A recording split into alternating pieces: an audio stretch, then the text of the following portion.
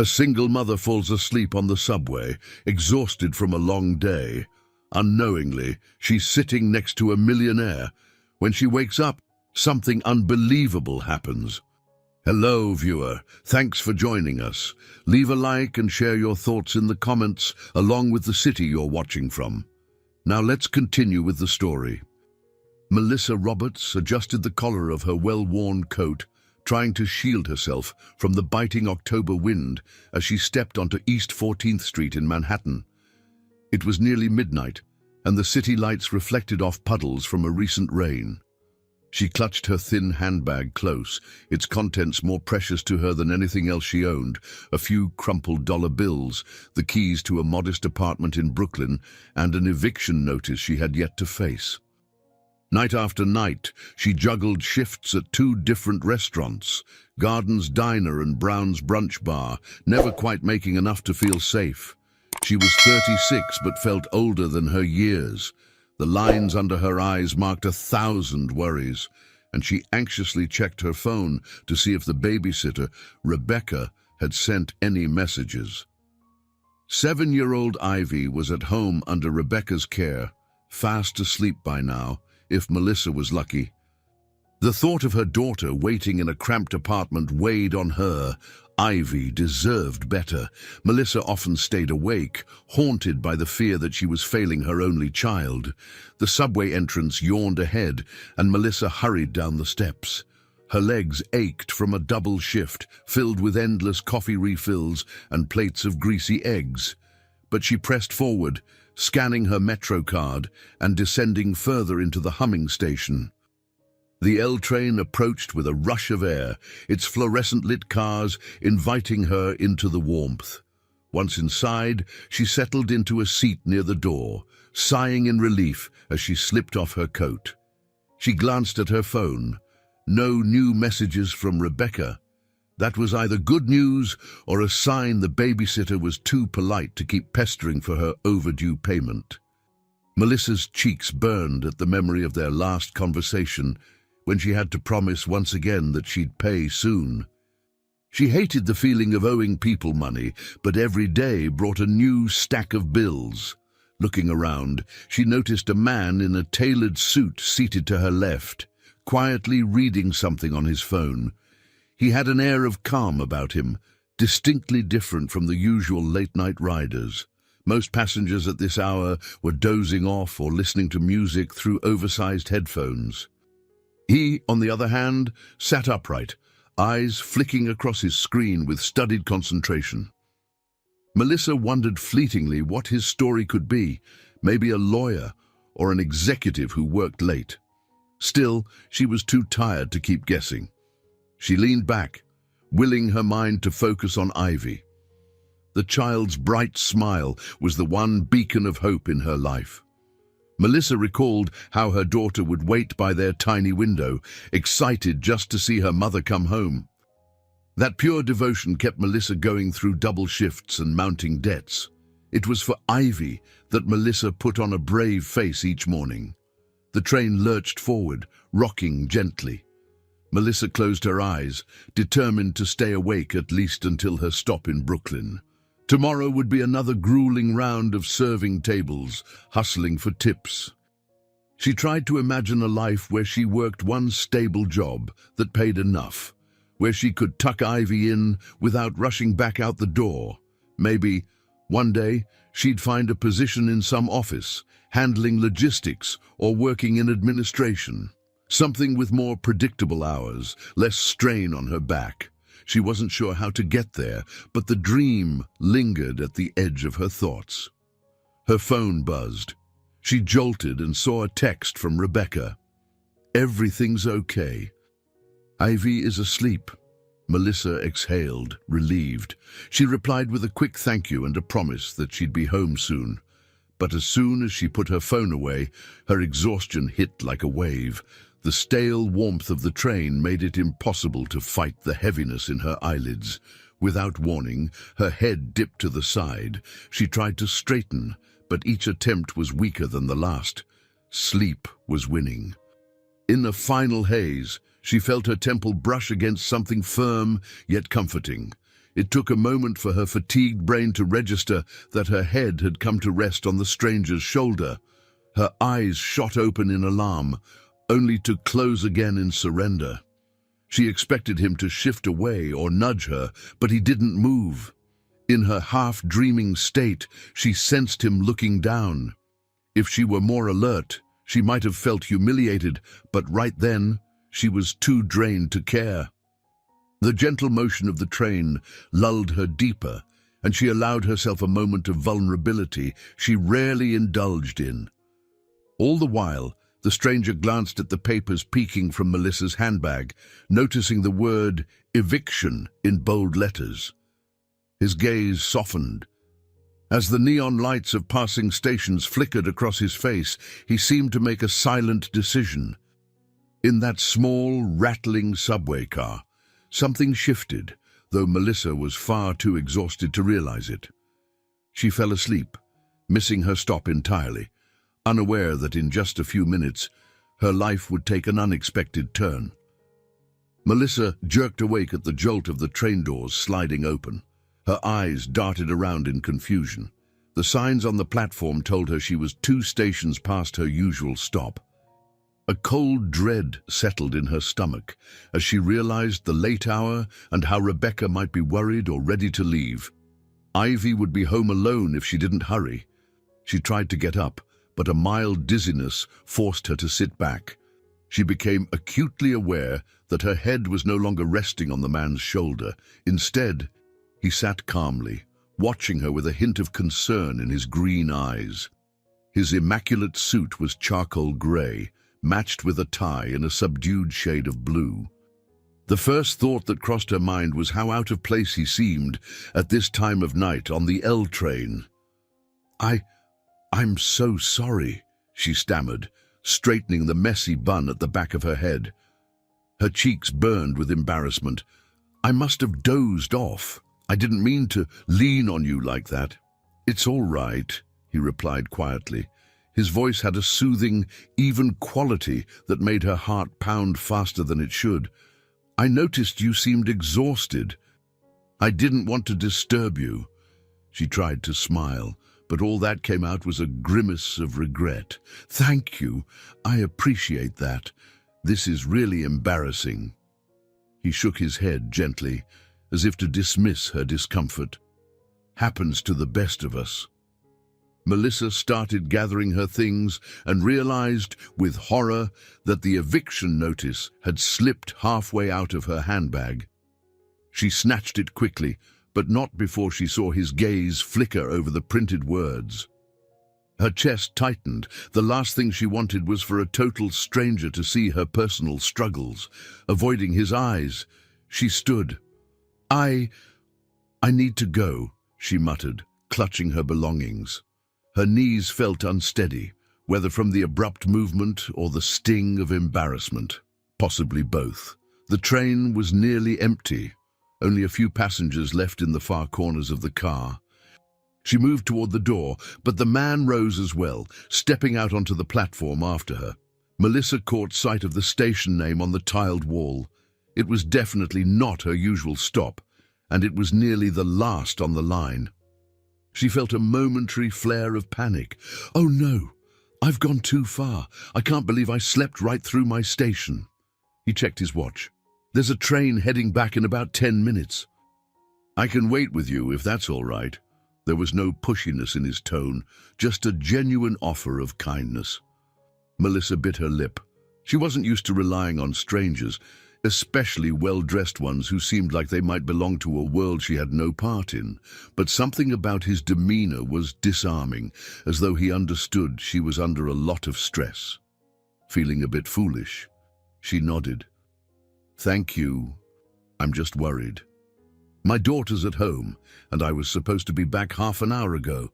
He raised his brows slightly. "Daughter, you must have your hands full." A dry laugh escaped her. "Full-time mom, part-time waitress at 2 different restaurants. So, yes, definitely." He gave a thoughtful nod but didn't say more, and she sensed he wasn't one to pry. They stood in an awkward silence for a moment on the deserted platform. Melissa looked around, noticing the flickering overhead lights, the peeling station ads, and the hum of far-off trains echoing through the tunnels. She pulled her coat tighter against the chilly draft. Out of the corner of her eye, she saw him glance again at the document in her hand. She quickly stuffed it into her bag. He must have read enough to know it wasn't good news. Feeling the need to change the subject, she offered a hesitant smile. "I'm Melissa, by the way." He returned the smile, a faint curve of his lips that softened his serious features. "Jeremy Cooper." She repeated his name under her breath, as if committing it to memory. There was something reassuring about it. "Thanks for waiting here with me." "No trouble at all. Just want to make sure you get back safely." A chime overhead announced the approaching train. Melissa felt relief wash over her, but she also couldn't shake the odd sensation that she'd just confided in someone she hardly knew, someone who had seen a glimpse of her personal crisis. And yet, he hadn't judged or pitied her aloud. He simply offered to keep her company until she could return home. As they boarded, he motioned for her to take a seat, then sat across the aisle. In the stark fluorescent light, she noticed the faint silver at his temples, the slight lines around his eyes, and a steady calm in his expression that hinted at a life very different from her own. She wondered if he was a lawyer, a banker, or maybe an executive. Either way, he was definitely someone with means, judging by the cut of his suit and the expensive watch on his wrist.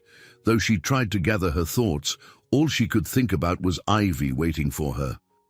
She felt her phone vibrate and saw a text from Rebecca. "Is everything okay?" Melissa texted back that she'd explain when she got home. She dreaded the conversation, knowing full well the babysitter was frustrated by the late payments. But the bigger fear settling in her chest was that she might be out of a home entirely in a matter of weeks. Jeremy cast her a gentle smile as the doors slid shut and the train began its slow trek back. She clung to her seat, a silent prayer forming in her mind that she'd somehow find a way to keep a roof over her daughter's head. And in the midst of that troubled reflection, the stranger across the aisle remained a quiet, watchful presence. Something that both unsettled her and offered a glimmer of unexpected solace. Melissa hastened her pace through the dimly lit hallway of her apartment building, every footstep echoing off peeling wallpaper. She could almost sense Rebecca's anxiety. The babysitter, a soft-spoken woman in her late 50s, was perched on the edge of the faded couch, wearing her coat and clutching her purse tightly. Ivy, curled under a thin blanket, was fast asleep, her tiny form barely stirring at the sound of her mother's keys. "You're nearly an hour late," Rebecca whispered, rising from the couch. Concern laced her voice, but she tried to keep it gentle. "I tried calling." "Did something happen?" Melissa sighed, dropping her bag onto a small table by the door. "I missed my station, fell asleep on the train." She pinched the bridge of her nose in frustration. "I'm so sorry. I know you have your own family to get home to." Rebecca just nodded, clearly torn between sympathy and her own exhaustion. "I do, but I understand. You work so hard. Still, I need to talk to you about payment." Her voice trembled slightly. "I hate bringing it up again." Melissa felt a sting of shame. She had no good news on that front, not yet. "I know. I promise I'm trying," she murmured, glancing toward the table where she'd piled overdue bills. "Give me just a couple more days. I got some extra tips this week, and I'll get them to you." Rebecca studied her for a moment, then nodded. "All right. But please, don't make me wait too long. I've got my own expenses to worry about." After the babysitter left, Melissa turned her attention to Ivy, brushing a stray curl from the girl's forehead. She could almost feel the weight of the eviction notice inside her bag. Half a dozen times that night, she'd been tempted to tear it up, as though that simple act could banish reality. But she knew the rent wouldn't vanish just because she wished it. She carefully lifted Ivy and carried her to the small bedroom. The flickering light from a street lamp illuminated the chipped paint on the walls. She tucked her daughter in, feeling a pang of guilt for the modest conditions they lived in. It was all she could afford on 2 waitress jobs. Even so, her savings were never enough to weather any unexpected blows, like the property owner suddenly deciding to raise the rent. In the silence, Melissa's thoughts turned to the stranger on the train, Jeremy Cooper. She remembered his green eyes, his reassuring tone. A puzzle started to form in her mind. Why was he on that train at such a late hour? Was he just another worker like her, or was there more to his story? She scolded herself for being curious. He was just a stranger who had shown her a small kindness, and she had no time for daydreams about interesting men, not with eviction looming over her head. She changed into an oversized t-shirt, then stared at her reflection in the bathroom mirror. Dark circles underscored her brown eyes. Her hair was limp from the long day, strands pulling loose from the bun. She barely recognized herself. It wasn't that she had become pessimistic. She'd always tried to keep a spark of optimism for Ivy's sake, but the relentless tide of bills, late hours, and absent child support wore her down. As she washed her face, memories of past rejections and letdowns bubbled up. She recalled how her ex-boyfriend left when Ivy was just a toddler, running off with dreams of living freely without the burden of fatherhood. She'd adjusted, swallowing the disappointment and forging a path alone. Over the years, she'd learned not to trust easily, not to show weakness. It felt safer that way, even if it meant shouldering every burden on her own. Exhaustion pressed in on her once more, but she couldn't sleep. Instead, she rummaged in her bag, fishing out the eviction notice. The bold letters danced under the pale yellow light of the living room lamp. She skimmed the lines, her heart lurching at the official tone. She had 30 days to leave if she couldn't pay the overdue rent in full. At the bottom of the letter was her landlord's signature, a cold reminder that time was running out. She slumped onto the couch, hugging a throw pillow. A pang of hopelessness made her throat tighten. She whispered to herself, "Maybe I'll find another job, maybe another place." But Manhattan's housing costs were skyrocketing, and the rundown corners of Brooklyn she could afford were no better than her current situation. Anxiety gnawed at her, but she forced her eyes shut, trying to summon any scrap of energy she had left. She needed a way out of this spiral, maybe a new opportunity, a stroke of luck. The memory of Jeremy's sympathetic gaze flickered in her mind. It was unsettling how just recalling his kindness offered a slight comfort. She brushed it off as fatigue-induced illusion. Kindness didn't pay rent. She sank deeper into the couch, attempting to quiet the tempest inside her head. In the darkness, the city's muffled sounds drifted through the thin walls. Sirens wailed in the distance, and car tires splashed through puddles on the street. For now, all she could do was hope for a better tomorrow, though in her heart, she could scarcely imagine how that could come to pass. Morning brought a dull grey light through the windows, revealing a kitchen sink piled high with dishes. Melissa rubbed the sleep from her eyes, yawning as she noticed Ivy already awake, perched at the small table with a bowl of cereal. The child's dark hair was tousled, and she wore an oversized pink t-shirt that read, "Dream Big." Ivy beamed at her mother. "Morning, Mom. I poured my own cereal. There wasn't much milk, though." Melissa ruffled her daughter's hair affectionately. "I'll pick some up later," she said, hiding the uneasy feeling that money for groceries was especially tight this week. "Thank you for being so grown up." Ivy giggled, proud of herself. She didn't need to know the full extent of their financial troubles.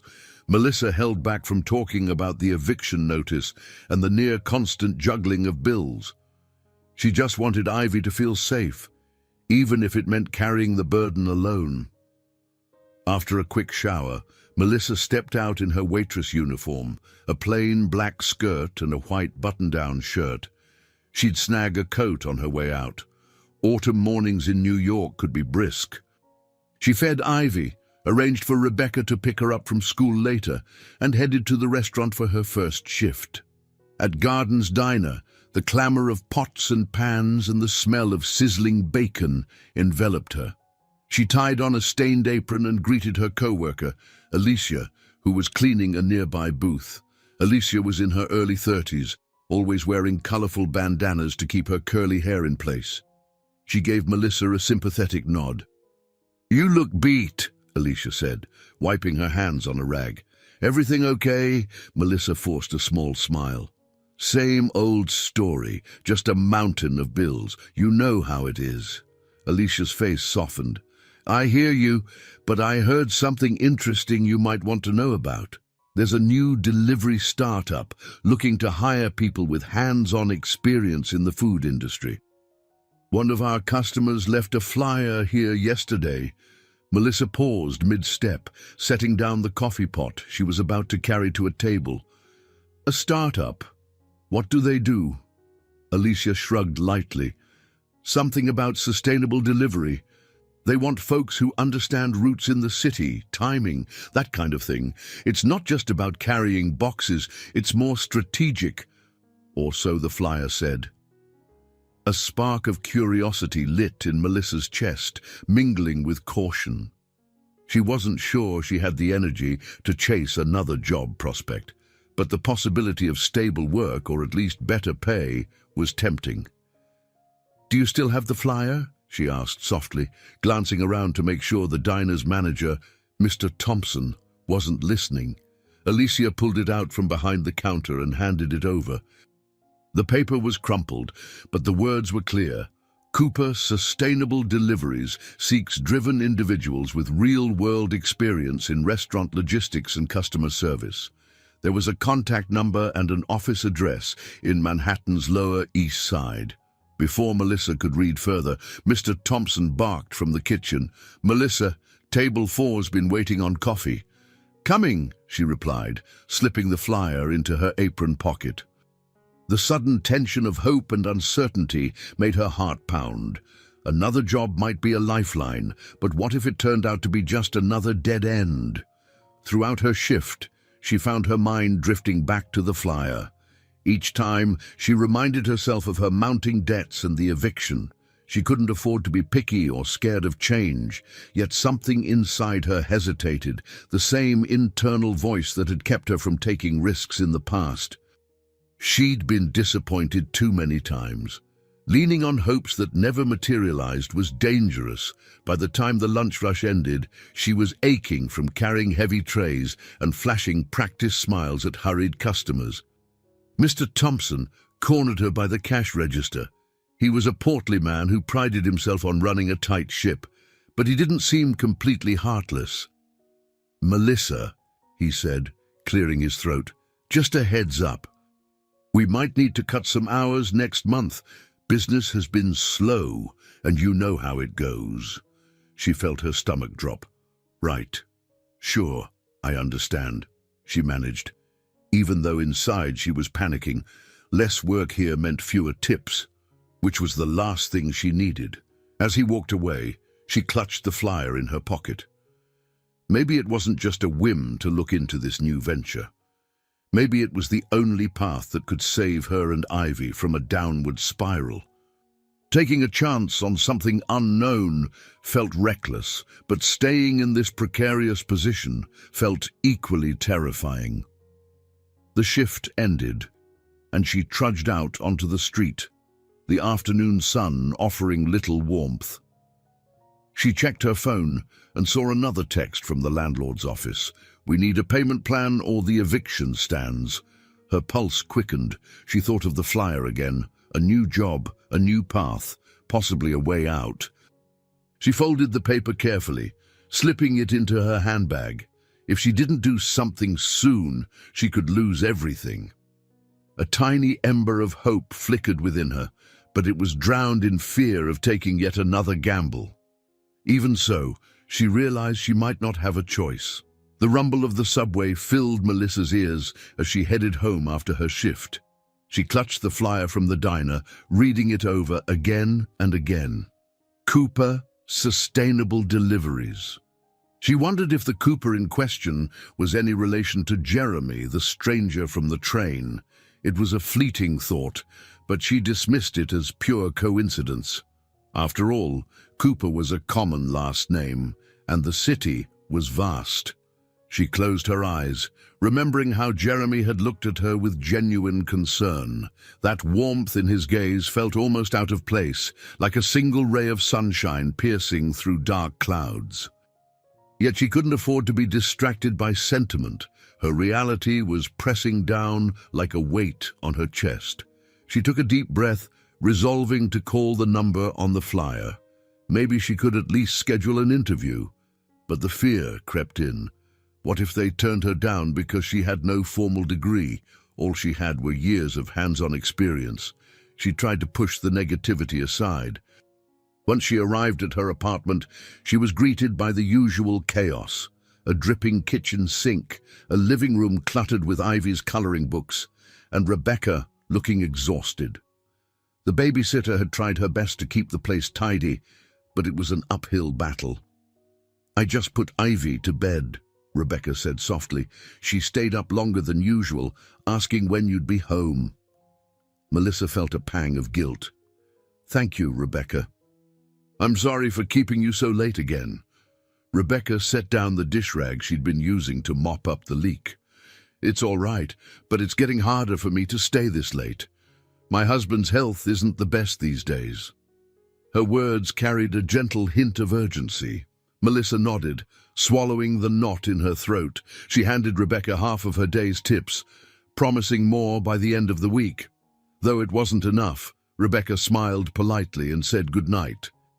Alone in the quiet, Melissa sank onto the couch, fiddling with the flyer in her hands. She glanced at the eviction notice still resting on the coffee table. The two pieces of paper seemed to battle for her attention, one threatening her security, the other offering a slim chance at salvation. She pulled out her phone, took a steadying breath, and dialed the number. Her heart pounded with every ring. Finally, a warm female voice answered. "Cooper Sustainable Deliveries. This is Anna speaking. How may I help you?" Melissa's throat felt dry. "Hi, I'm calling about the job openings. I have experience in restaurant service and some delivery coordination. I'd really like to apply." Anna asked her a few basic questions, like her name, her work history, and her availability. As Melissa spoke, she found herself growing more confident, explaining how she often had to manage pickup schedules for the restaurants, coordinate takeout orders, and handle customer complaints. Anna seemed interested, and by the end of the call, she had scheduled Melissa for an initial interview. Melissa hung up, her pulse racing. She stared at her phone, half disbelieving she'd taken that step. Anxiety still simmered, but it was tempered by a small current of hope. If this job panned out, she might earn more and possibly get out of her current financial jam. Maybe she could keep her apartment or find somewhere better for Ivy. That night, she slept fitfully, tossing and turning as scenarios played out in her mind.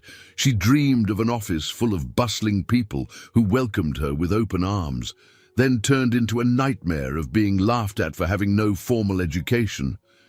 She woke with a start, heart pounding, and realized it was nearly dawn. By sunrise, she found herself in the kitchen, sipping instant coffee and scouring her closet for anything resembling office attire. She settled on a simple blouse and a skirt that was slightly more formal than her waitress uniform. She even tried to tame her hair into a neat bun. As she studied her reflection, she told herself she could do this. She was a mother who had survived worse challenges. She had to believe in her own resilience. She whispered a goodbye to Ivy, who was still asleep, then rushed out. Today was the interview.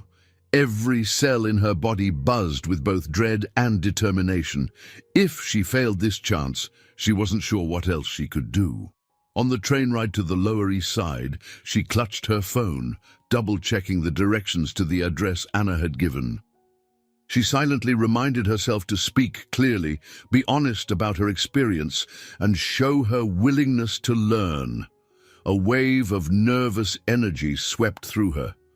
This might be the single most important moment in her recent life. Stepping onto the busy Manhattan street, she drew a deep breath, trying to steady her pounding heart. Buildings rose around her like silent witnesses to her struggle. She spotted the address on a sleek glass door. Without letting herself hesitate further, she pulled it open and walked inside, bracing for whatever awaited her. A chill October wind rushed through the lobby as Melissa stepped inside Cooper Sustainable Deliveries for her scheduled interview. She clutched a simple leather folder containing her resume, a short list of restaurant shifts, to-go order coordination, and minimal office tasks. Under the bright, energy-efficient lights, she inhaled sharply, reminding herself that she belonged here as much as anyone else. A tall reception desk sat to the side, tended by a cheerful woman in her 40s. "Good morning," the receptionist greeted. "Name, please." "I'm Melissa Roberts. I have an appointment with Anna Rodriguez." Her voice felt steady, though her palms were damp. The receptionist smiled. "Yes, Ms. Roberts. She'll be right out." "You can have a seat." She gestured toward a waiting area, furnished with sleek, modern chairs and leafy potted plants that lent a natural warmth to the space. Melissa nodded in thanks and sank onto one of the chairs. Despite her attempt at composure, her heart raced. The open layout of the office was visible beyond the glass-walled conference rooms. People in casual business attire bustled around, some carrying laptops, others chatting in clusters. It was a world away from the diner's clanking silverware and the sour smell of coffee grounds. Moments later, a poised woman in her early 50s approached. She had short, graying hair styled in a neat bob and wore a tasteful navy blue blazer over a floral blouse. "Melissa?" she asked with a welcoming smile. Melissa stood quickly. "Yes, it's nice to meet you," she managed. "I'm Anna Rodriguez, the HR director here." "We spoke on the phone." She extended her hand in a firm but friendly gesture. "Come on back. We'll chat in my office." Melissa followed her through a hallway dotted with inspirational posters, photos of cyclists delivering packages, quotes about environmental stewardship, and local outreach events. It seemed that the company took its sustainable mission seriously, something that intrigued Melissa even more. She had never considered herself an eco-warrior, but she admired any business that tried to do genuine good. Inside Anna's office, large windows let in natural light, casting soft rays across neatly stacked papers on a wooden desk. Several pictures of Anna with friends and family adorned the shelves. Melissa noticed Anna smiling in a photo beside a man with kind green eyes. She froze for a second. He looked very much like Jeremy Cooper, the man from the train. But Anna ushered her to a chair, and she didn't have time to dwell on it. "So, Melissa," Anna began, settling across from her, "I'd love to hear about your work background, what brings you here, and how you see yourself fitting into Cooper Sustainable Deliveries." Melissa took a breath, clasping her hands to stop them from shaking. She explained her years in food service, how she'd often been responsible for coordinating takeout orders at 2 busy restaurants. It might not sound high profile, but she juggled scheduling, mapped out delivery routes for drivers, and handled customer complaints. She emphasized how this real-world experience gave her a unique understanding of the challenges of delivery logistics. Anna nodded attentively. "That's valuable, you know," she said. "Sometimes it's the practical know-how that makes all the difference. We're not just about fancy apps and data. We need people who understand what's happening on the ground." Encouraged, Melissa continued, speaking about her passion for problem-solving. She admitted that she didn't have a college degree, but quickly added that she was a fast learner. Anna maintained eye contact, offering an occasional approving smile. There was no condescension, no sign of judgment for Melissa's limited academic credentials. After taking notes, Anna leaned forward. You mentioned on the phone that you're a single parent. Melissa stiffened, worried it might count against her. Yes, I have a 7-year-old daughter, Ivy. She's my world, and also my motivation to find better opportunities. Anna gave a gentle nod. I was a single mother, too, for many years. My daughter is grown now, but I remember the balancing act all too well. She offered a compassionate look. We try to accommodate schedules here when possible. We're big on employee well-being. Relief flooded Melissa. She could feel the tension melting from her shoulders. That means a lot. I'm used to places where they don't exactly prioritize flexibility. Anna chuckled wryly. I've worked in those places. It's draining. She glanced at the clock, then stood. I'd like to introduce you to a colleague of mine before we proceed further. He's actually in charge of evaluating new team members for logistics. It's not a formal interview with him, more of a quick hello. Of course, Melissa answered, rising with her folder clutched to her side. They walked through a corridor lined with glass-walled offices. Melissa thought she might catch sight of the man from the photo, the possible Jeremy Cooper, but each face that drifted by was unfamiliar. Eventually, Anna stopped at a door marked Logistics Supervisor and knocked lightly. A voice from inside answered, Come in. The man behind the desk was in his mid-30s, with a lean frame and a friendly grin. Martin, this is Melissa. She's a strong candidate for the new coordinator position. Thought you two should chat. Martin swiveled in his chair, regarding Melissa with curiosity. Hey there, he greeted in a casual tone. Mind if I ask you a few questions about route planning?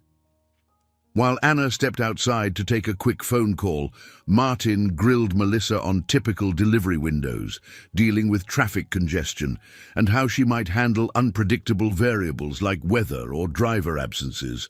Much to her own surprise, she answered with confidence, pulling from her practical experiences in the bustling Manhattan restaurant scene. By the end, Martin seemed impressed.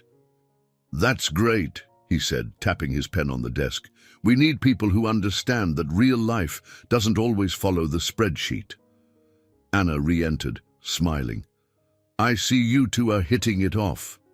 Martin, thanks for taking a few minutes. Any time, he replied, standing to shake Melissa's hand. Welcome aboard, hopefully. Melissa left his office feeling a sense of possibility stirring inside her. She'd come expecting a stressful interrogation, but instead she found an environment that valued what she had to offer. She still didn't fully comprehend the company's structure or how high a position she could realistically aim for, but a flicker of excitement replaced her usual dread. Anna led her back to the reception area, explaining that she'd be in touch soon. Melissa thanked her warmly, her voice trembling with gratitude. As she headed for the exit, she spotted the photo on a nearby wall, Anna with the same green-eyed man, both in graduation gowns. The plaque read, Anna Rodriguez and Jeremy Cooper, Stanford class of 2004. Melissa's heart jolted. It had to be the same Jeremy she'd met on the subway. Her mind swirled with questions, but Anna was already bidding her goodbye. Clutching her folder, Melissa stepped out onto the busy sidewalk, the city's noise rising to meet her. She hardly noticed the passing cars and pedestrians. If the founder or co-founder of this company was the stranger who'd witnessed her exhaustion on that late-night train, what did that mean for her future here? Yet she felt no immediate dread. Instead, she felt a stirring of optimism mixed with a tinge of curiosity. A guiding hand, indeed, seemed to be at work in her life, though she had no idea where it might lead. The email from Anna arrived just 2 days later, much sooner than Melissa anticipated. It offered her a position in the logistics team, an entry-level coordinator role with potential for rapid growth if she proved herself. Melissa could hardly believe it. The salary wasn't extravagant, but it was significantly more stable than her current juggling act at 2 diners. Moreover, the job came with benefits, something she'd lacked for years. She read the email again and again, still in her cramped living room, hands trembling. A wave of relief washed over her, followed by a twinge of fear. Accepting this job meant she couldn't keep both diner shifts, and letting go of even one felt risky. But deep down, she knew she'd reached a breaking point. If she wanted a real future for Ivy, she needed to step away from the dead-end pattern that was draining her spirit. The next morning, she headed to Garden's diner, heart pounding. She found Mr. Thompson hunched over a stack of invoices, wearing his usual scowl. Clearing her throat, Melissa approached him. "Sir, do you have a moment?" He glanced up, eyes dull with early morning fatigue. "Make it quick." "I've been offered a new job," she began, voice trembling. "I'll be leaving my position here at the end of the week." Mr. Thompson dropped his pen and stared. "Really?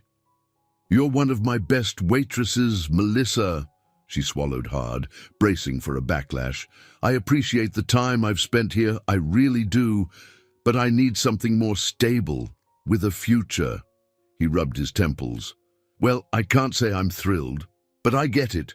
Times are tough, and we can't afford to keep giving out hours like we used to." There was a bitterness in his tone, though a flicker of regret crossed his features. "Do what you got to do. I'll settle your last paycheck Friday." It was less dramatic than she'd feared. Nonetheless, she walked away feeling both a sense of victory and a pang of sadness. She'd spent years at the diner, forging a routine she'd grown accustomed to. Breaking away meant facing new anxieties, a different schedule, new responsibilities, and unfamiliar co-workers. But she held on to the memory of Anna's welcoming smile and Martin's easygoing nature. Maybe for once, she was heading into a workplace that wouldn't grind her down. Over the next few days, she arranged for Ivy's after-school care more carefully, ensuring Rebecca wouldn't be stuck waiting until late into the night. Melissa even considered the possibility that, with a better income, she might not need Rebecca every single evening. It felt surreal to think she could spend actual quality time with her daughter without collapsing from exhaustion. On her final shift at Garden's diner, Alicia cornered Melissa by the coffee station. "So, you're really doing it, huh?" Alicia's tone was a mixture of excitement and envy. Melissa nodded, passing a mug to a customer. "I start next Monday. I'm nervous, but it's a good chance." Alicia smiled wistfully. "I'm happy for you. Maybe I'll do something like that someday." She pressed a small, folded note into Melissa's hand. "My number.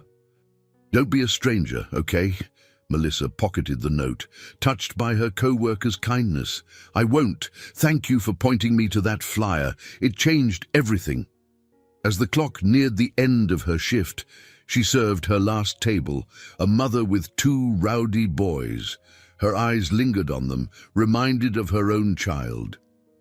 When the mother left a small tip, apologizing for the messy table, Melissa smiled and said it was no trouble.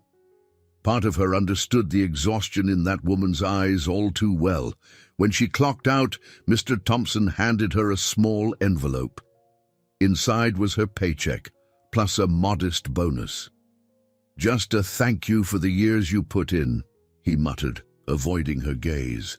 Tears pricked at her eyes. She'd never expected extra money from him, but she recognized it as his quiet way of wishing her well. With a heartfelt nod, she exited the diner, stepping out onto the street one last time as an employee there. The weight of relief was almost dizzying. She took a moment to breathe in the crisp autumn air, the sunshine catching dust motes in front of her. Change was always terrifying, yet she could already sense a glimmer of hope. She had no idea how a corporate job would challenge her, but she needed this leap of faith. That evening, she told Ivy about the new job. The child squealed in excitement, hugging her mother tight. "Does that mean we can maybe buy a new bike sometime?" Ivy asked with wide, hopeful eyes. Melissa laughed softly. "We'll see, sweetie. One thing at a time." For the first time in a long while, Melissa felt like she was standing on the threshold of something better. She still had the eviction notice to contend with, but maybe now she had a fighting chance to save their home or find a better one. With that faint optimism pulsing through her, she made dinner and settled in with Ivy for the night, thoughts drifting toward Monday morning and the unknown path ahead. Monday dawned with a clear sky, a rarity in the midst of New York's unpredictable autumn. Melissa hurried out the door, her heart in her throat. She wore a modest blouse and black slacks she'd managed to buy on sale over the weekend, determined to look professional. AV was at school, unaware of her mother's butterflies, excited only by the promise of an after-school park trip if Melissa got home on time. Arriving at the Cooper Sustainable Deliveries office, Melissa immediately noticed a contrast to the hurried, tense environment of a restaurant. The lobby was calm, though bustling with employees greeting each other as they came in. A young man with a messenger bag flipped through a digital schedule on his tablet, while an older woman in glasses chatted with a co-worker about a project. Plants and modern decor gave the space a purposeful, eco-conscious vibe. She made her way to the reception area, where the same receptionist from before greeted her warmly. "Welcome, Mrs. Roberts. Anna is expecting you. Let me just show you to the orientation room." Following the receptionist, Melissa entered a medium-sized conference room with glass walls. 2 other new hires were already seated around a large wooden table. One was a lean young man named Kevin, fresh out of college, his eyes shining with excitement. The other was Cheryl, a mother in her mid-40s, who offered a friendly smile when Melissa introduced herself. Cheryl confided she'd worked in bookkeeping for small bakeries and was looking for a stable position with benefits. Shortly thereafter, Anna appeared, beaming like a proud mentor. "Good morning, everyone. I'm happy to have you join our team. Today, we'll cover company culture, sustainability goals, and how each department works. Then, Martin will explain the logistics side in more detail." Melissa settled into her chair, pen in hand, absorbing every word. Anna outlined the core mission of CSD, to create an eco-friendly delivery service that minimized carbon emissions by employing electric bikes, hybrid vans, and careful route planning. The company also partnered with local non-profits to deliver goods to underserved communities. As Anna spoke, Melissa felt an unexpected swell of pride. She was part of something that mattered, a venture aiming not just for profit, but also for social impact. Her mind flicked briefly to Jeremy Cooper, whom she still hadn't seen in person since that night on the train. She wondered where he was in this large operation, if he was truly the founder or one of many executives. The orientation session ended with a quick coffee break. Cheryl approached Melissa, balancing a paper cup in hand. "So, you're a single mom, too?" she asked, her tone empathetic. Melissa nodded. "Yeah, my daughter's 7. Balancing everything can be challenging." Cheryl's face lit with understanding. "My daughter just finished college, but I remember how tough it was doing it all alone. I think you'll like it here. Anna told me the company is family-friendly."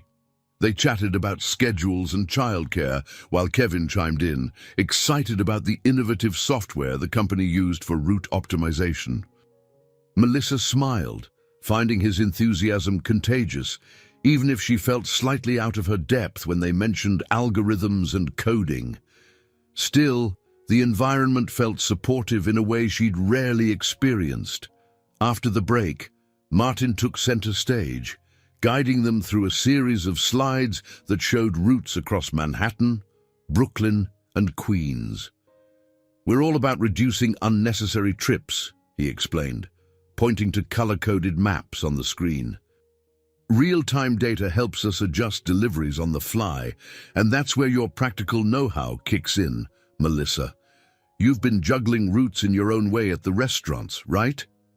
She nodded, recalling the chaos of handling multiple to-go orders while ensuring none arrived late. Yes, but nothing as high-tech as this. Martin smiled. You'll catch on fast. We need people who can think on their feet. Sometimes, software doesn't account for real-life surprises like a sudden street closure or an event that causes a traffic jam. That's where human insight is invaluable. Melissa felt a spark of confidence. She had spent years dealing with the unexpected, angry customers, broken ovens, severe weather, staff shortages. Adapting to hiccups was second nature. Perhaps she'd been training for this job all along without realizing it. By the end of the day, she was assigned a small cubicle near Martin's office, complete with a computer and a minimalistic set of office supplies. It felt like a world away from the clamor of the diner, but in a good way. Cheryl gave her a parting wave, and Kevin promised to help if she got stuck with the new software. Exiting the building, Melissa squinted against the afternoon sun. She felt a flicker of satisfaction, tinged with apprehension. So much to learn, but at least there was a safety net of helpful colleagues. This realm of organized conference rooms, data spreadsheets, and sustainability goals was new and somewhat intimidating. Yet she sensed she had made the right decision by crossing into this unfamiliar territory. She caught herself smiling on the subway ride home, thinking of Ivy's face when she told her all about her first day. There was a lightness in her chest she couldn't recall feeling in a long time. Maybe she was allowed to hope, after all. The fluorescent hum of the office became Melissa's new backdrop. Instead of barking orders and clattering dishes, she now navigated spreadsheets that tracked deliveries in real time. Her days began with a strong cup of coffee at her cubicle, followed by quick syncs with Martin or Cheryl to discuss the day's schedule. Every so often, Kevin would pop by, eager to share tips on how to manipulate the routing software more efficiently. Though the environment was far more comfortable than her previous jobs, Melissa struggled at first. Entering and analyzing data felt foreign. Learning to interpret color-coded traffic heat maps took trial and error.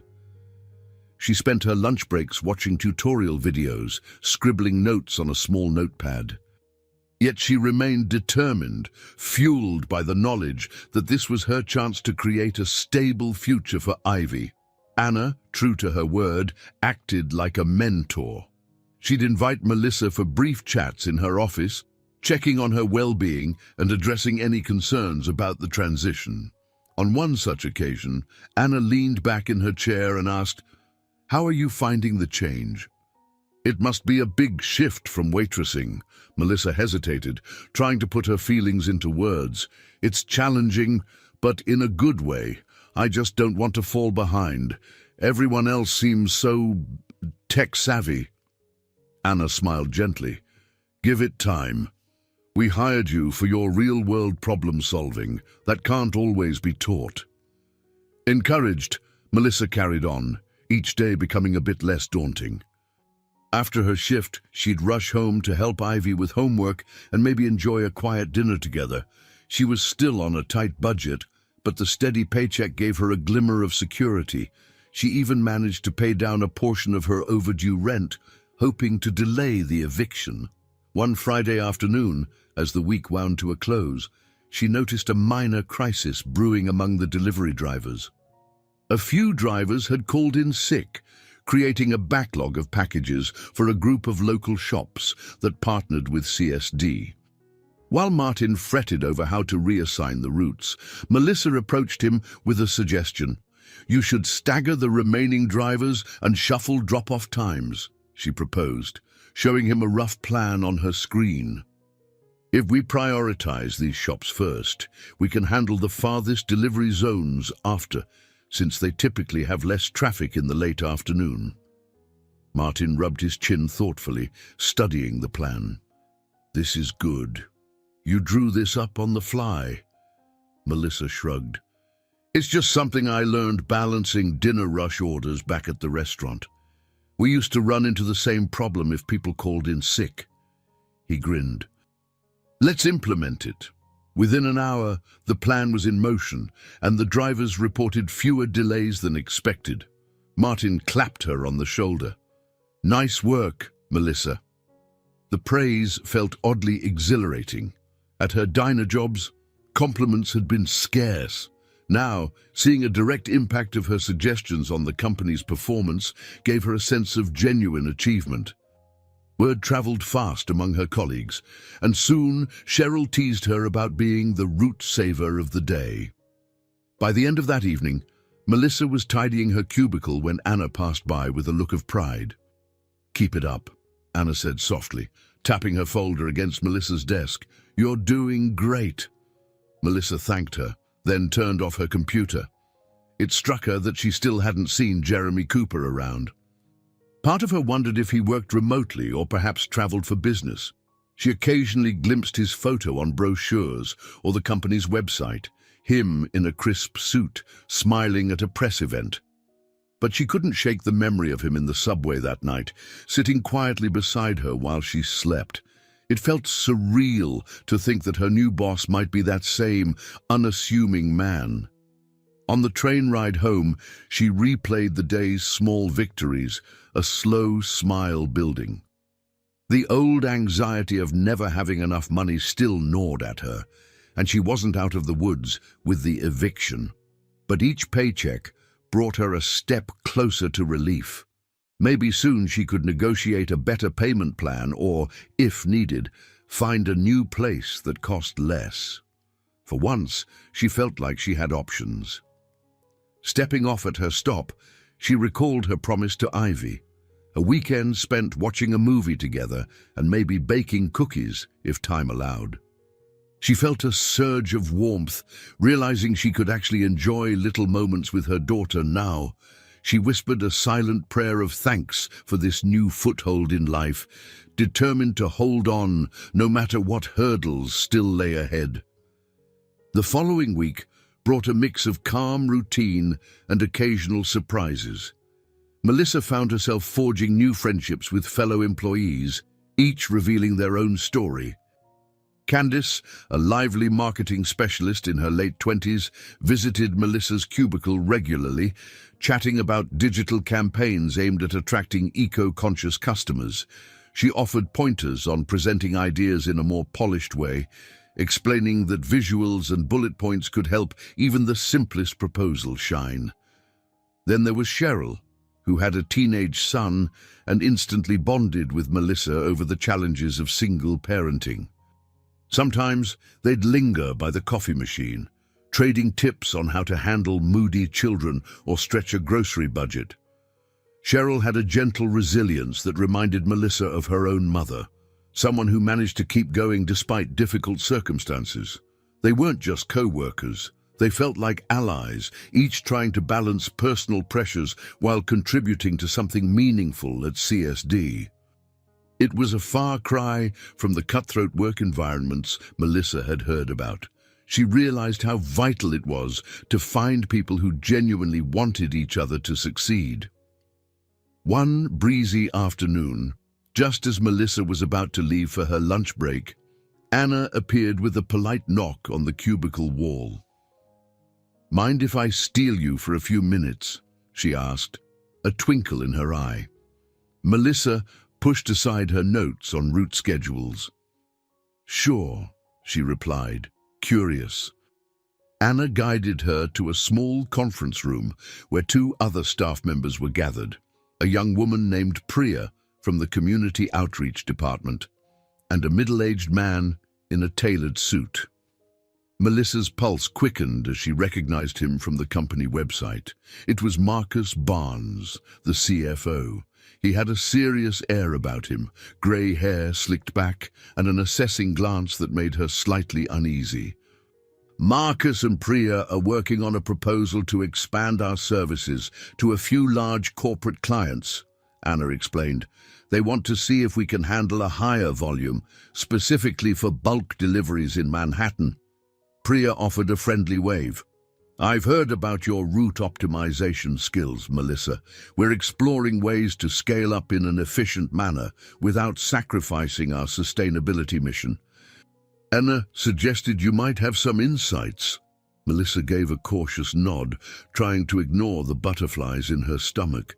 Speaking in front of the CFO was intimidating enough, let alone contributing meaningful ideas.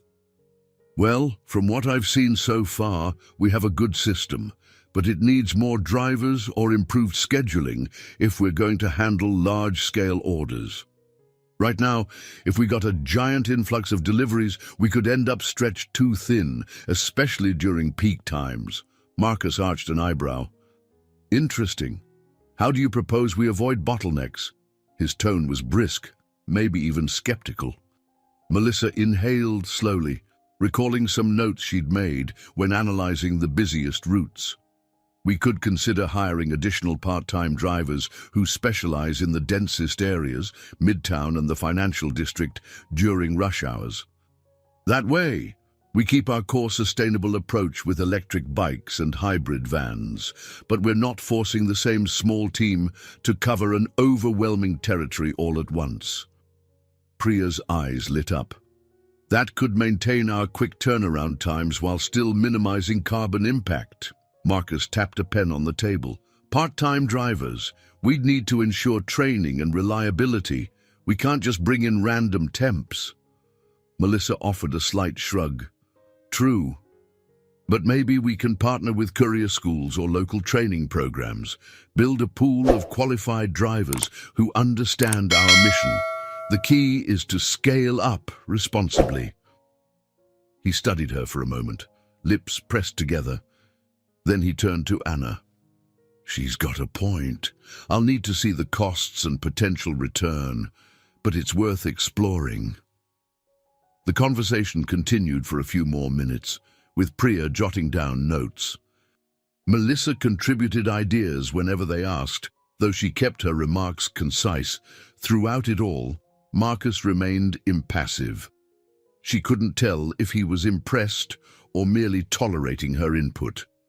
At the end of the meeting, Marcus stood, smoothing a hand over his tie. I'll be in touch, Anna. Keep me updated. Then, with a curt nod in Melissa's direction, he left the room.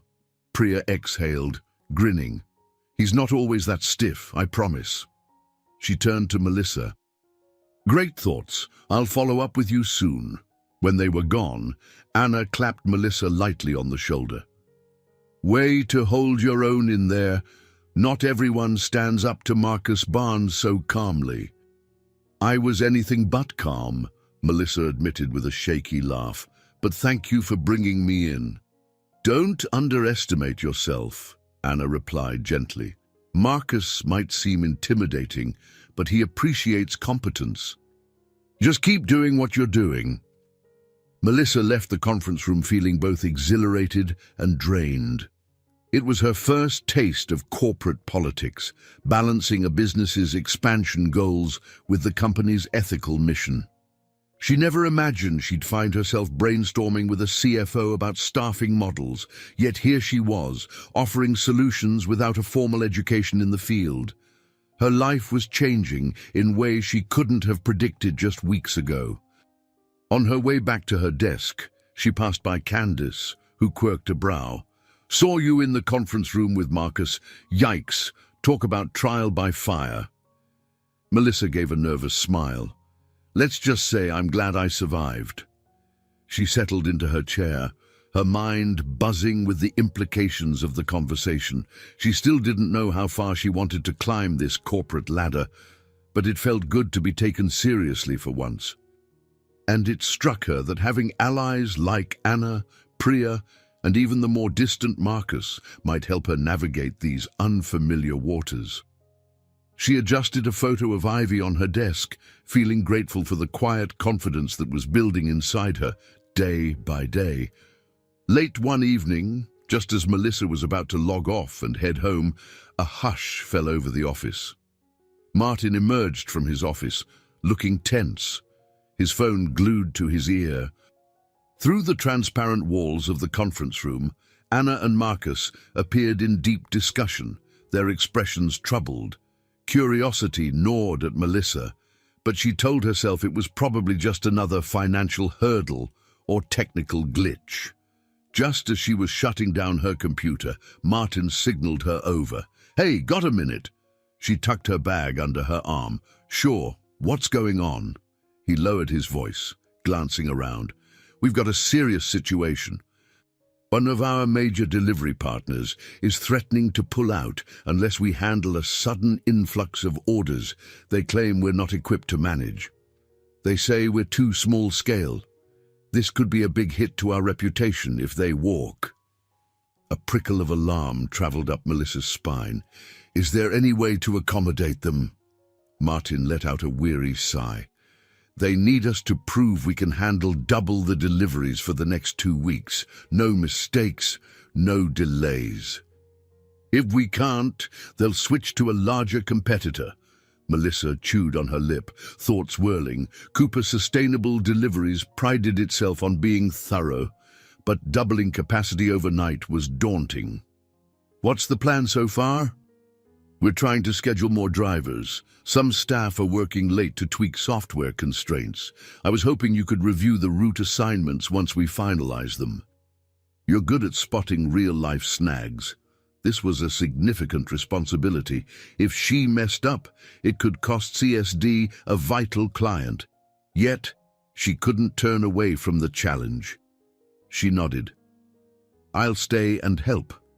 They rushed to the main conference room, where Anna, Marcus, and a few other department heads were gathered around a projector screen. The mood was tense. Phones buzzed, and laptops were open with spreadsheets, route simulations, and urgent email threads. Melissa slipped into a seat next to Anna, who managed a faint smile. "Thanks for volunteering," Anna whispered. "We need all hands on deck." Hours passed in a blur of frantic calculations.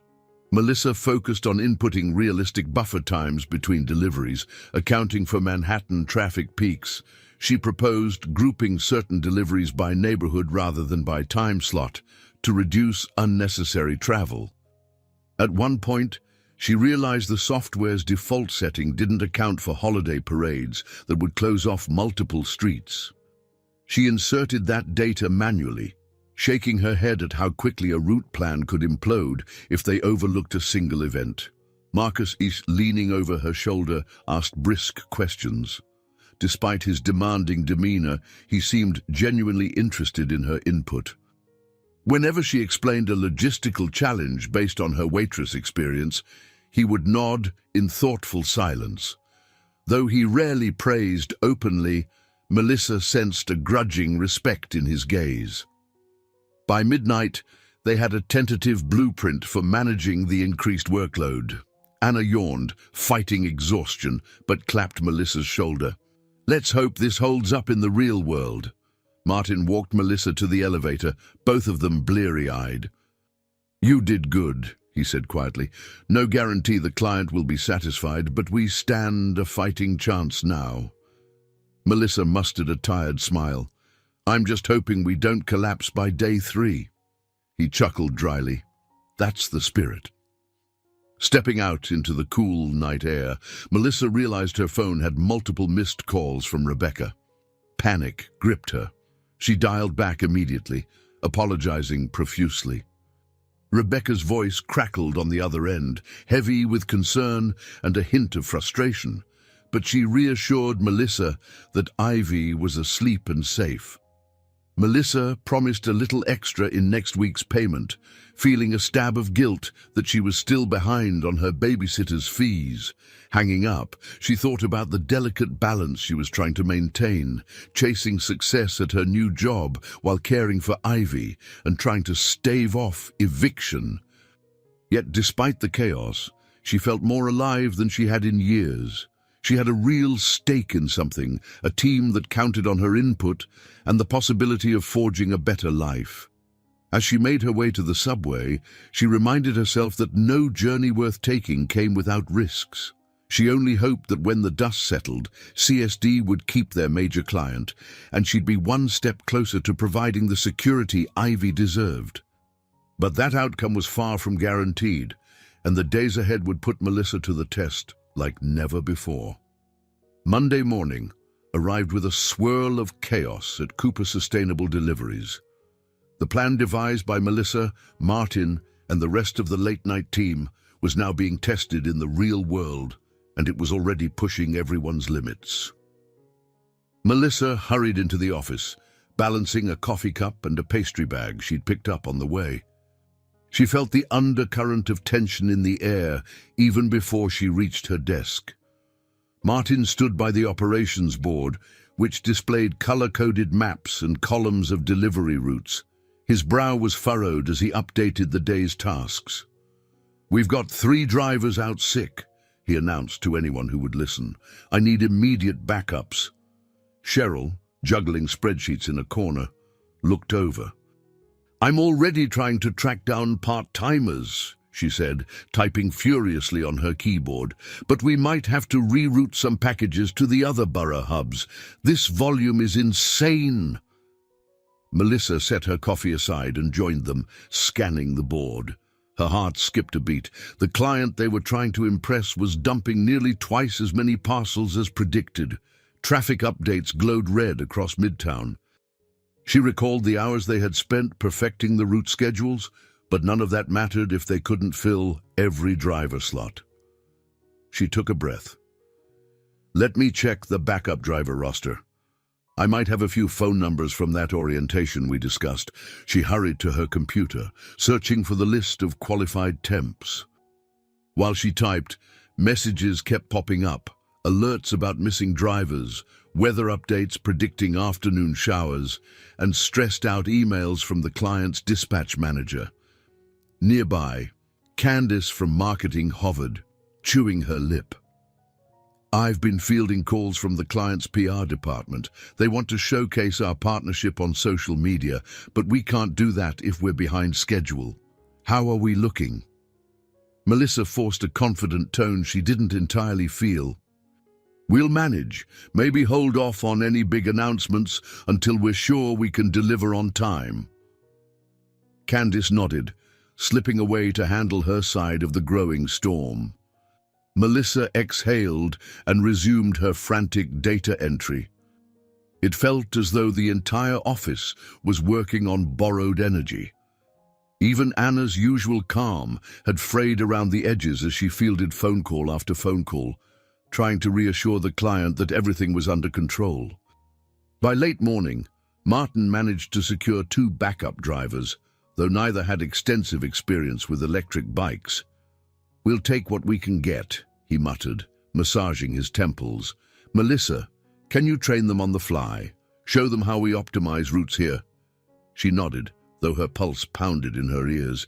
Teaching new hires in the middle of a crisis wasn't ideal. She spent the next hour walking the drivers through the basics of the routing system, how to scan packages, and what to do if a street was unexpectedly blocked. Despite their wide eyes and nervous questions, she kept her voice steady. Encouragement and clarity were all she could offer. Noon came and went. The backlog was shrinking, but so was everyone's patience. Melissa grabbed her phone to update the client's dispatch manager, letting them know they were still on track for the main deliveries. Her heart sank at the manager's irritated tone, yet she stuck to professional courtesy. When she hung up, she realized her hands were shaking. Anna materialized at her desk. "You holding up?" she asked, concern etched in her features. Melissa offered a weary smile. "Barely, but yes, I'll be fine." Anna gave a supportive nod. "I spoke to Marcus. He wants a status report soon. I'll see if I can stall him a bit." Then she leaned in, dropping her voice. "We knew this would be intense, but we need to remember why we're doing it. The big client might open doors for better funding, or they might walk. Let's do our best." Melissa watched Anna hurry away, her stomach in knots. This felt like a battle on multiple fronts: managing staff, satisfying a demanding client and upholding the sustainability promises that defined the company. She also suspected that if it all went wrong, heads would roll, starting with Martin and trickling down. She, as a newcomer and key figure in the route planning, would be an easy scapegoat. Swallowing her nerves, she refocused on the screen. Another wave of deliveries was set to deploy in an hour. She quickly rerouted packages that overlapped too heavily in the same neighborhoods. Her phone rang again. It was the babysitter, Rebecca. Wincing, Melissa answered, bracing for a scolding about working late. Rebecca's voice was quiet but firm. "Just letting you know, if you run past 6 again, I might not be able to stay. I've got my own commitments, Melissa." Melissa bit her lip, scanning the digital clock on her monitor. It was already well past lunchtime, and she saw no end in sight. "I understand, Rebecca. I'll keep you posted. Thank you."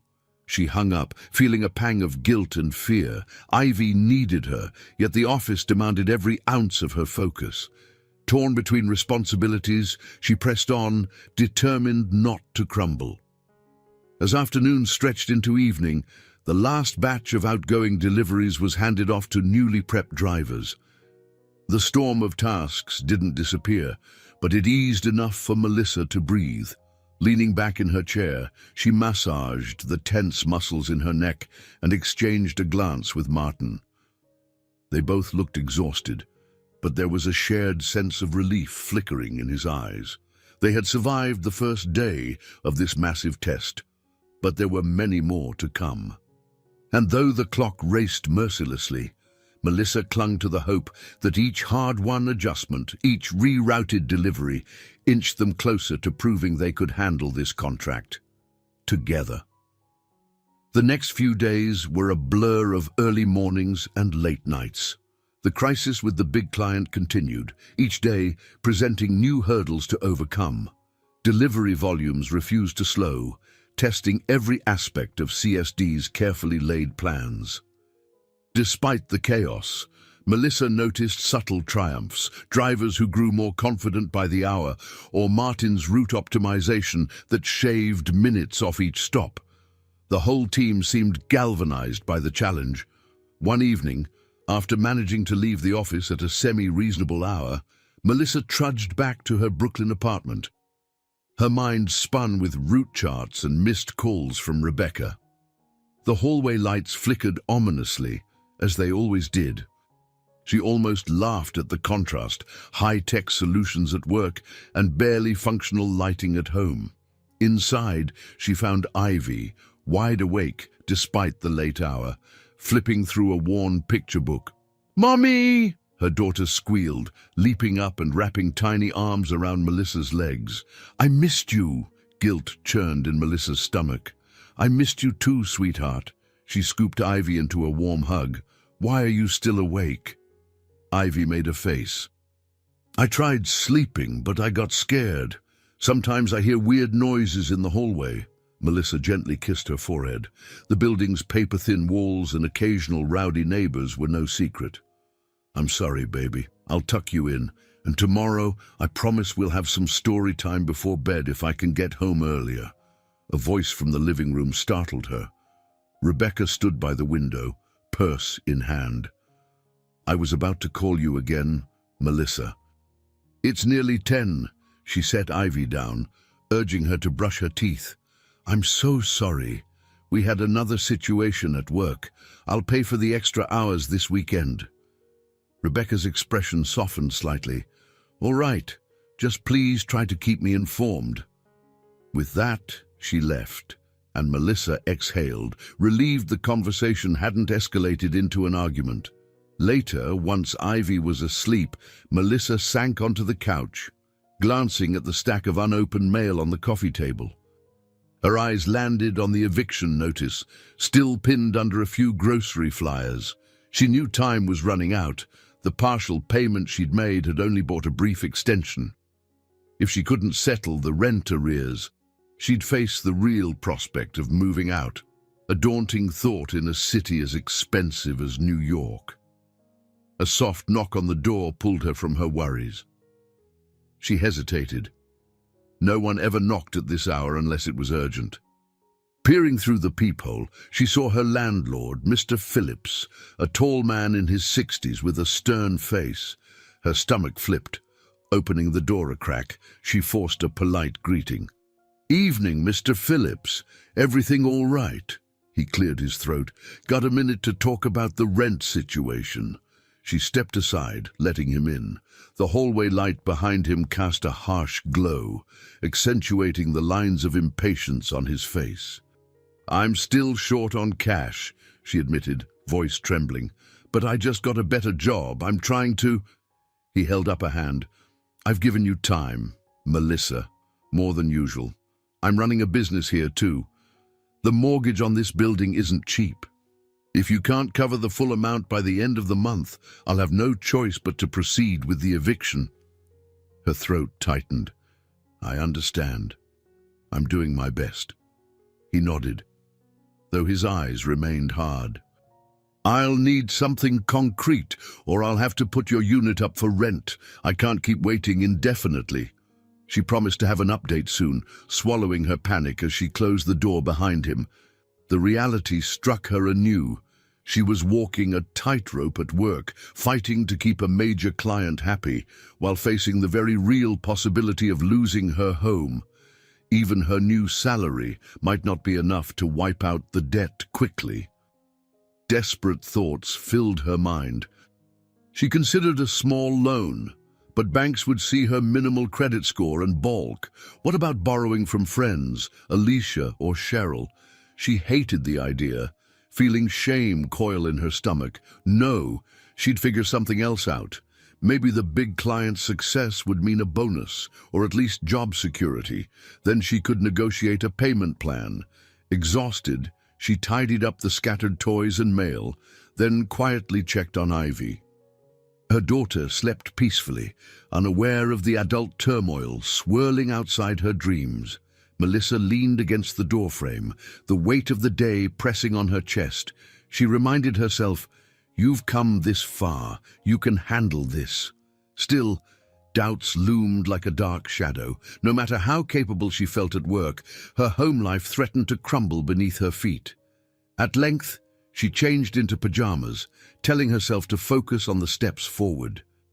Tomorrow, she'd push harder at work, maybe clock in some overtime. She'd confront each obstacle as it came. Yet as she drifted into fitful sleep, the sting of uncertainty refused to fade. The eviction notice imprinted on her mind like a countdown she couldn't escape. Early the next morning, Melissa slipped into her cubicle at CSD with heavy eyelids. She turned on her computer and was immediately greeted by urgent emails. The client's demands were piling up: new daily quotas, more specialized packaging, even stricter delivery windows. It seemed that every time they inched closer to meeting their expectations, the bar was raised yet again. Sighing, she massaged her temples. She'd barely slept after Mr. Phillips' visit. Now she faced another wave of pressure, and her mental reserves felt dangerously low. Cheryl, seated nearby, gave her a sympathetic glance.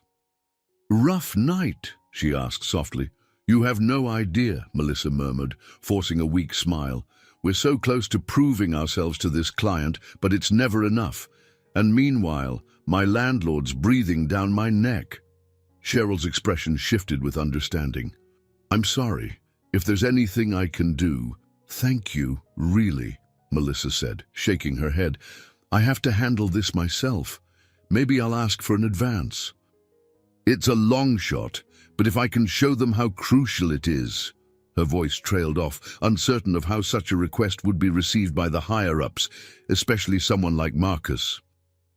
Before Cheryl could respond, Martin's voice rang out from down the hall. "Melissa, staff meeting in the conference room. Now." Melissa hastened to grab a notepad, ignoring the flutter of anxiety in her stomach. She followed Cheryl and a handful of co-workers into the room. Anna was already there, scrolling through her phone with a taut jaw. Marcus stood at the head of the table, arms folded, a frown etched into his features. Beside him, Melissa caught sight of a figure she hadn't seen in person until now. Jeremy Cooper. Her heart skipped a beat. He was every bit as composed as he had been on the subway, wearing a well-fitted blazer, his green eyes reflecting focus. Despite the tension in the room, he offered a polite nod when their eyes met, a flicker of recognition passing between them. Melissa quickly looked away, trying to steady her breathing. Marcus cleared his throat. "All right, team. This has escalated. Our big client is demanding further proof that we can handle consistent volume without delays. They've hinted at pulling out unless we guarantee same-day delivery for certain batches." Murmurs of disbelief spread around the table. Even Anna looked taken aback. "Same day? That's a tall order, especially for outer boroughs." "That's what they want," Jeremy said, his tone calm but resolute. "And if we can't deliver, literally and figuratively, they'll walk. We stand to lose not just their business, but also the potential investors who see this account as a litmus test." Melissa swallowed hard. The conversation felt surreal. Here she was, in a meeting with the man who'd once offered her an empathetic shoulder on a late-night train. He was speaking about massive stakes, and she was expected to help find solutions. She forced her thoughts back to the discussion. Martin stepped forward, gesturing at a map pinned on the wall. "We've already pushed our drivers to the limit. Overtime is skyrocketing. Recruitment is slow. I'm not sure how we can promise same-day coverage city-wide." Silence hung in the air. Melissa glanced at Jeremy, noticing a flicker of worry behind his composed facade. He exhaled slowly. "We need fresh ideas, something that aligns with our mission but meets this demand." Feeling a wave of boldness, Melissa spoke up. "What if we expanded the micro-hub concept? Place small distribution points in strategic neighborhoods. Drivers wouldn't have to return to a central depot between runs." Jeremy's gaze landed on her. "Micro-hubs? That's interesting." Marcus's expression remained cautious. "We'd need space, which costs money, and staff to run each hub." Melissa nodded. "Sure, but maybe we can partner with local businesses, cafes or community centers that close early. We offer them a rental fee or revenue share in exchange for using a backroom or storage area as a mini-hub during certain hours. It's cheaper than renting or buying new warehouses." A tense moment followed as everyone digested the idea. Jeremy tapped a pen against the conference table. "We can't set that up overnight, but if we can show the client that we're working on a scalable solution, maybe they'll give us a grace period." Marcus looked at Melissa more intently than before. "It's worth exploring, but we'd need a pilot location ASAP." Anna nodded, flicking through her phone. "I'll start reaching out to potential local partners. Maybe some of our community contacts can help." Jeremy offered a tight-lipped smile to the room. "All right, let's proceed. We'll reconvene in a day to see what's feasible." Meeting adjourned, he turned to Melissa, extending his hand. "I don't think we've been properly introduced. Jeremy Cooper." She felt a flush creep up her neck. "Melissa Roberts," she replied, shaking his hand. "Good to finally meet you in an official capacity." A knowing light danced in his eyes. "Likewise. Thanks for speaking up." As he moved on to speak with Marcus, Melissa quietly left the room, heart thumping. She had watched him slip back into business mode with remarkable ease, as though their subway encounter had been a separate lifetime. She remembered the gentleness in his voice that night, the empathy he'd shown. Yet here, in the office environment, he was the founder, the decision-maker, and she was just an employee. Stepping back into the hallway, she replayed every moment of the meeting, including the subtle shift in Jeremy's expression when he recognized her. Now she also had a bigger puzzle to solve: how to help CSD pull off a near miracle with these same-day deliveries, all while wrestling her own fears about eviction and finances. She was caught in a vice of professional and personal pressures, uncertain if she could keep it all from crushing her. Over the next 48 hours, the micro-hub concept took shape with astonishing speed. Anna tapped into her network of local non-profits, while Martin oversaw logistical details for storing packages securely. Candice organized a communication plan for customers. Marcus haggled with finance teams to free up a modest budget, enough to cover pilot costs. And Jeremy, when he was in the office, provided overall direction, occasionally stopping by to check on progress. Melissa found herself at the center of many discussions, mapping out which neighborhoods might benefit most from a temporary hub. She also coordinated closely with Cheryl, who tracked expenses, and Kevin, who provided technical adjustments to the routing software. The entire office buzzed with a sense of urgency, but also a flicker of optimism, as if they'd found a potential lifeline. Amid this whirlwind, Melissa managed to speak privately with Anna. They met in Anna's office, where large windows looked out on a drizzling afternoon. Feeling her pulse quicken, Melissa explained the trouble she faced with rent and the looming eviction. "I wouldn't normally ask," she said, her voice trembling. "But is there any company policy regarding salary advances? I just need to cover this last shortfall so I can stabilize my living situation." Anna's face softened. "I'm sorry you're dealing with that. Our policy typically doesn't allow large advances, but I'll talk to Marcus. We'll see if there's any flexibility. You're a valuable part of the team." Relief fluttered in Melissa's chest. "Thank you. I appreciate any help." Anna patted her hand reassuringly before stepping out to another meeting. A glimmer of hope emerged in Melissa's mind. Perhaps she'd soon break free from that suffocating sense of panic about losing her home. By the time Thursday evening arrived, they had identified 2 potential micro-hub locations, a community center near Midtown and a small organic market in Brooklyn. Anna secured verbal agreements, and Martin began dispatching drivers for test runs. Things were running surprisingly smoothly, so much so that Candice started drafting an email pitch to the big client, outlining how these hubs would guarantee faster, more efficient deliveries. Despite her exhaustion, Melissa found satisfaction in seeing her ideas materialize. She even took a moment to update Alicia, her old co-worker from the diner, via a quick text, letting her know that life was hectic but promising. Alicia replied with celebratory emojis, reminding Melissa she still had friends rooting for her success. However, the next morning dealt a harsh blow. Melissa arrived at her desk to find an email from Marcus, curtly stating that a salary advance was not permissible per company policy. Her stomach dropped. So that was that. No special considerations would be made. The email concluded by expressing hope that she would find a satisfactory resolution to her personal situation. Slumping in her chair, she squeezed her eyes shut for a moment. She'd pinned her hopes on that advance. Instead, she was back to square one. The new job paid better than waitressing, but the backlog of debt wouldn't magically dissolve. She pressed her lips together, fighting the urge to cry. Cheryl, noticing her somber expression, approached cautiously.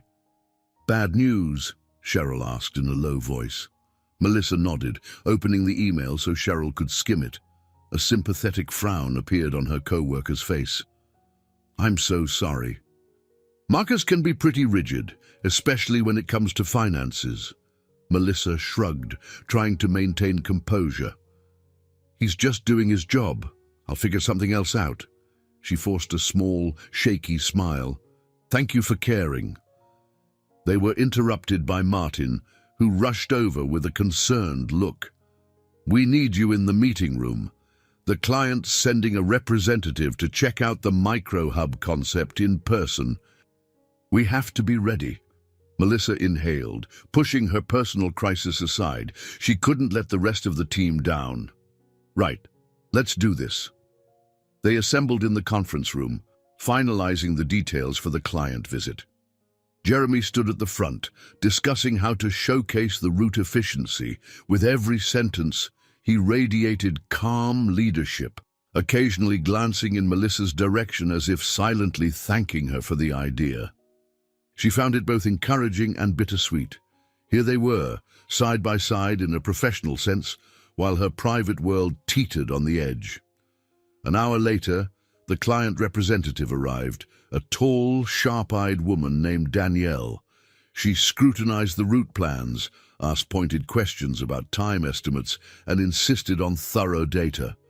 Martin presented charts, while Candice laid out marketing angles. Melissa explained how grouping deliveries by neighborhoods could reduce delays and carbon footprint simultaneously. Danielle jotted notes, occasionally raising an eyebrow.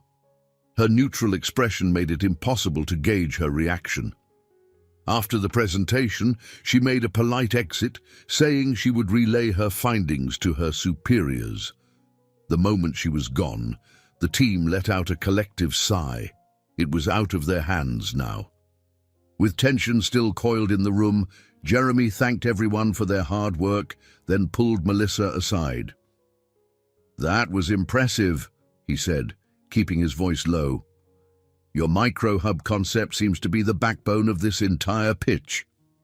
Melissa shifted her weight, remembering her situation at home. "Glad I could help." He studied her for a moment, his green eyes clouded with concern. "You look worried. Everything okay?" She hesitated. She barely knew him beyond the brief encounter on the subway and the professional setting here. Confessing her financial plight felt risky. "Just personal stuff," she said softly. Jeremy nodded, not pressing for details. "Well, if you ever need to talk, I'm here. I mean that." She mustered a slight smile, torn between gratitude and the reminder that he was essentially her boss, albeit a uniquely kind one. "Thank you." He offered a final nod before stepping out. Left alone in the conference room, Melissa leaned against the wall, letting the swirl of emotions settle. They had a small victory, having piqued the client's interest in the micro-hubs. Yet reality nipped at her heels.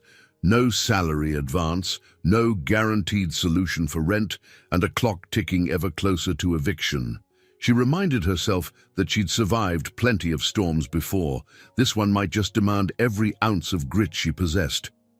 For now, she would cling to the small win at work and hold on to the promise, however faint, that something might shift in her favor.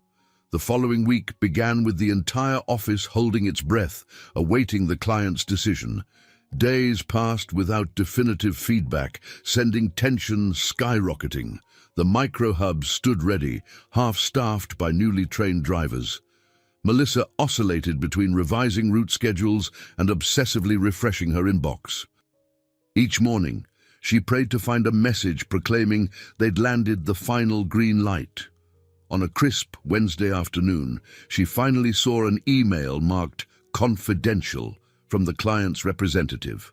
Heart pounding, she opened it. A wide grin spread across her face.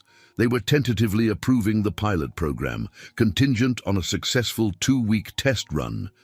If CSD delivered on time, every time, the contract would be renewed long-term. Without pausing to think, she jumped from her chair and let out a small, joyful squeak. Cheryl, who was passing by, stopped short. "What happened?" Melissa beckoned her over, waving at the screen. "They said yes, 2-week pilot trial to prove ourselves. If we nail it, we lock in the contract." Cheryl's eyes lit up. She pulled Melissa into a quick hug. "We did it. Well, you did it. You and your micro-hubs." Others in the office soon caught the news, and a ripple of excitement passed through each department.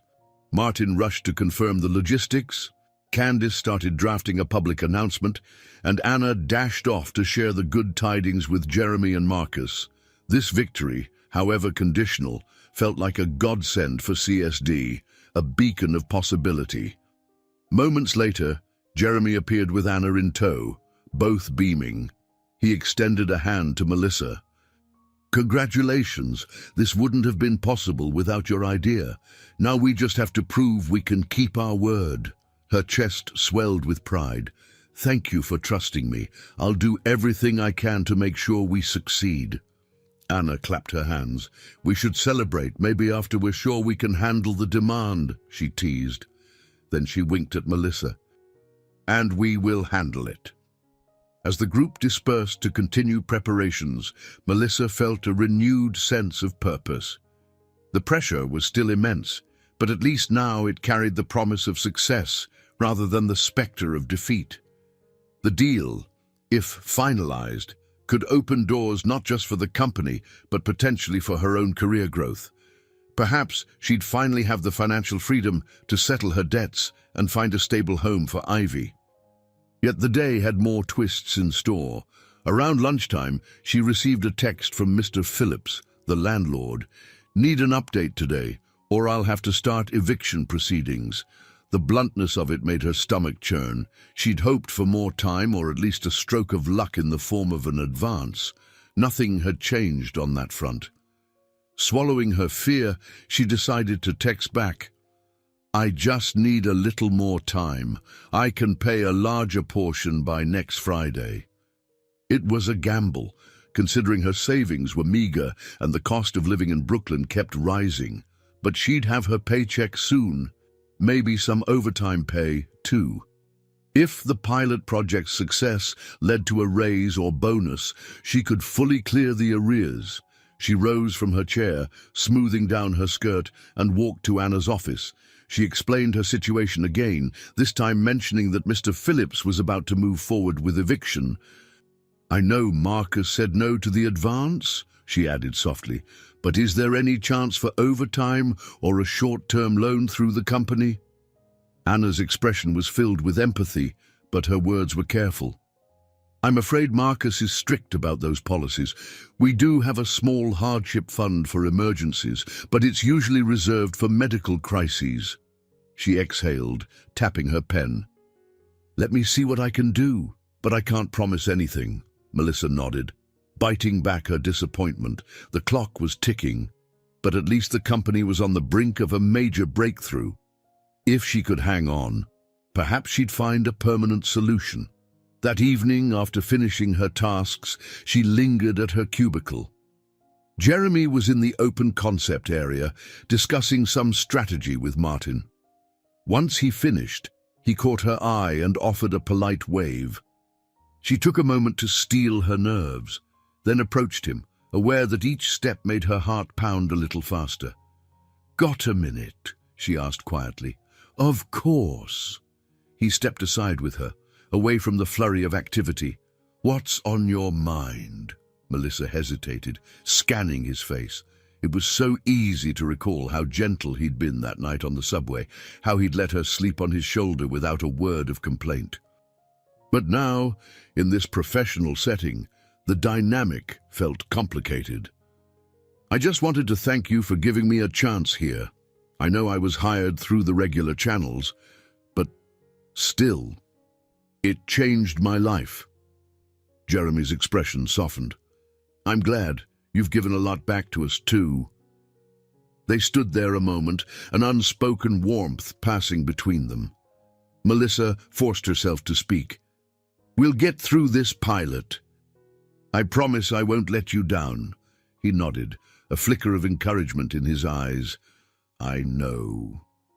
She left the office with her spirits somewhat lifted. The next phase of her journey still held peril, eviction looming, money tight. But she also sensed a new tide carrying her forward. The pilot project, the chance to prove herself, and the subtle connection with Jeremy all wove together into a fragile hope. If she could just keep her balance a little longer, maybe that hope would transform into something tangible, both for her family's future and for the quiet possibility of more than a professional bond. Melissa arrived at the office before sunrise, the sky still tinted with shades of pink and orange. She was determined to make the most of the 2-week pilot program that would determine Cooper Sustainable Delivery's future with their massive new client.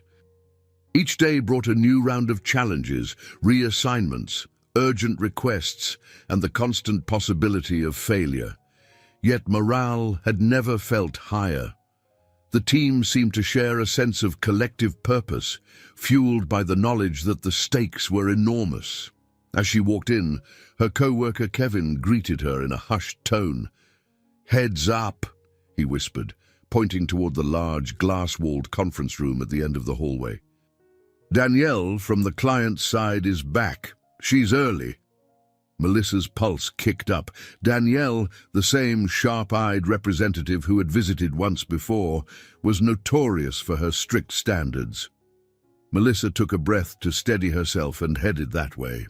She found Danielle seated at the conference table, laptop open, reviewing fresh reports from the microhubs.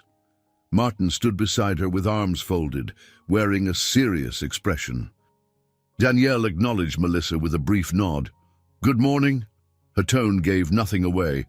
"I'm here unannounced because I want real-time data, not a curated slideshow." Martin introduced Melissa formally, highlighting her role in designing the microhub strategy. Danielle flicked her gaze over, then tapped her screen. "The numbers look promising, but I want to see how you're handling unexpected surges. You have packages this morning that weren't listed until late last night. Do you have a plan for those?" Melissa glanced at Martin, who motioned for her to explain. "Yes," she began, leaning in to see Danielle's laptop. "We received an after-hours shipment request for about 80 additional packages in Midtown. We rerouted drivers from the lower Manhattan zone using the new microhub near Union Square to stage deliveries more efficiently. The time windows haven't changed, so we're still on track." Danielle's brow furrowed as she scrolled through the data. "And you're confident you won't overextend your drivers?" "It's tight," Melissa admitted, "but we've built buffer times. If we see a high likelihood of delays, we can shift deliveries to the Brooklyn micro hub. That's one advantage of having multiple staging points." Danielle's lips pressed into a thin line, an expression that could either mean skepticism or concentration. Finally, she nodded. "I'd like to visit the Union Square hub this afternoon." Unannounced, of course. Martin's eyes widened slightly, but he quickly agreed. "Sure, we can arrange for someone from our side to meet you there." Danielle glanced at Melissa. "I assume you know it best." Melissa felt her stomach twist at the unexpected summons. "Yes, of course," she replied. "I'll be happy to show you around." Once Danielle left to make calls in a smaller break room, Martin turned to Melissa with a mixture of relief and concern. "You can handle this, right? She's tough, but if our hub is running smoothly, this could really solidify her confidence in us." Melissa nodded, though her mind raced with logistical questions. "I'll do everything I can. The hub team's been great so far." She tried to project optimism, but she couldn't ignore the knot in her chest. Danielle's scrutiny was relentless. Later that day, Melissa found herself riding in one of the company's hybrid vans with Candice, who insisted on tagging along to help manage any PR angles. A short drive brought them to the Union Square hub, set up in the back storage area of a community center. It was an unglamorous space, lined with metal shelves crammed with packages, but it served its purpose well. They stepped out onto the sidewalk just as Danielle's car pulled up. She emerged, laptop bag in hand, surveying the surroundings with a critical eye. Melissa plastered on a polite smile, leading her inside. The hum of activity was immediate, drivers scanning barcodes, a small computer station for updates, and volunteers from the community center offering direction to customers who came to pick up parcels in person. "This is our staging area for Midtown deliveries," Melissa explained. "We have 2 main drivers assigned here during peak hours, but we can call in more if traffic in the main depot spikes. It allows us to shorten routes significantly."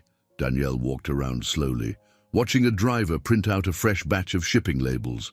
She peppered him with questions about route times and traffic patterns. The driver stumbled a bit. not used to speaking with a corporate representative, but Melissa stepped in smoothly, clarifying any confusion. Candice hovered nearby, snapping photos for a potential social media post. Danielle noticed, "I'd prefer you hold off on any public-facing materials until this pilot ends," she said curtly. Candice nodded, embarrassed. Of course. After inspecting the shelves and cross-checking a few packages against the digital tracker, Danielle turned her attention back to Melissa. "Everything appears orderly, but I'll be reviewing real-time updates. If there are any delays today, I'll know." "We'll do our best to avoid them," Melissa replied. Though her heart pounded, she maintained a calm exterior. "Please let me know if you have any questions during the day. I'll be on call." Danielle gave a curt nod. "I will." By late afternoon, the drivers had departed for the final delivery runs. Melissa watched them go, exhaling with a mixture of tension and hope. So far, there were no significant delays, and their software indicated that travel times through Midtown were lighter than expected. Maybe fate was on their side for once. Candice patted her shoulder. "Nice job. She's a little intense, but you handled it."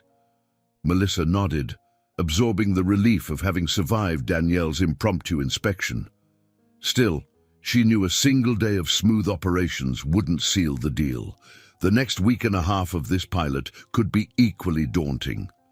And just outside that professional triumph lurked the reality of her landlord's ultimatum. While they packed up, she checked her phone. No messages from Rebecca or Mr. Phillips yet. That was both a relief and a concern. For the moment, she pushed away her personal worries, focusing on the fact that the system she'd helped build was holding up under pressure. If Danielle's demands were being met, maybe, just maybe, the biggest hurdle for CSD would soon be behind them. The next morning brought a swirl of conflicting emotions. Melissa had stayed up late reviewing the route data. Every chart and table burned into her mind. The initial results from Danielle's visit were promising, no major delays reported, and a nominal reduction in carbon emissions compared to the old model. She should have felt buoyed by this small but significant victory, yet the personal crisis of eviction still hovered. She slipped into the office early again, scanning her inbox. Half a dozen new emails from Danielle awaited her, each one requesting more data, corridor-by-corridor breakdowns, proof of timely arrivals, and even driver testimonials. Melissa fired off responses as quickly as she could, heart-pounding. This sort of pressure was relentless, but it also felt like a chance to prove the value of her ideas. A soft knock on her cubicle wall made her jump. Jeremy stood there, hands in his pockets. "Got a second?" he asked, voice gentle. Melissa nodded, glancing around. The office was quiet at this hour, most staff not yet at their desks. "Sure. Everything all right?" He motioned for her to follow him to a nearby conference room. Once inside, he closed the door partway and turned to face her. "Anna mentioned you're dealing with some tough personal circumstances." His tone was sympathetic, but not pitying. "I wanted you to know that if there's anything I can do, I'm all ears. We have a policy about advances, but maybe we can look at other options." Heat rose to her cheeks, a mixture of embarrassment and gratitude. "I appreciate that, but I know the rules. Marcus already turned me down for an advance. It's his call, right?"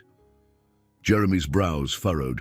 "Marcus does handle finances, but I still have final say in certain areas, especially for employee welfare. I just need to know the specifics."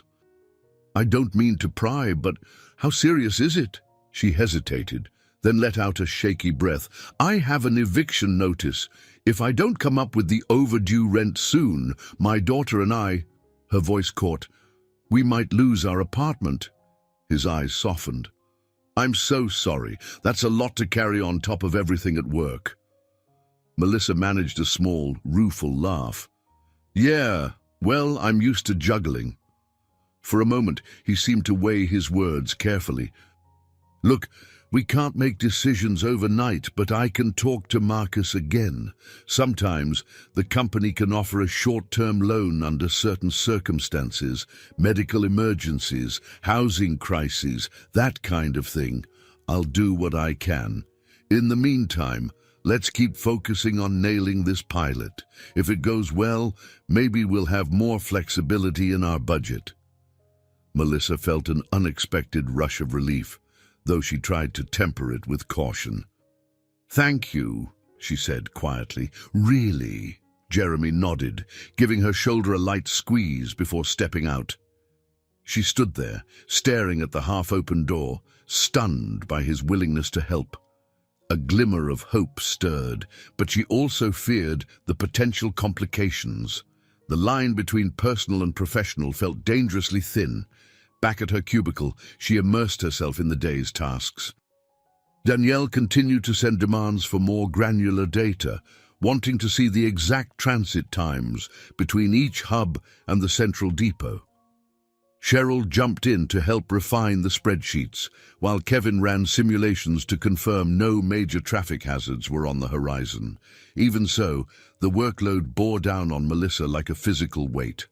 By midday, the pilot program was running smoothly for the second day in a row. Drivers checked in with fewer complaints than expected. Some were even enthusiastic about the micro-hubs, finding them more convenient than shuttling back and forth to the main office. Anna and Martin bustled around, praising the quick adaptation. In the middle of all this semi-controlled chaos, Mr. Phillips's name flashed on Melissa's phone. She swallowed, stepping away from her desk to answer. "Hello?" His tone was clipped. "I saw your text. You said you'd have a payment plan by today. Do you?" Melissa's stomach twisted. "I'm working on it.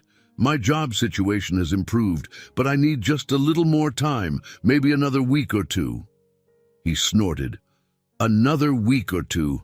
This is business, Melissa. I can't keep you in there for free." She pressed her lips together, searching for calm.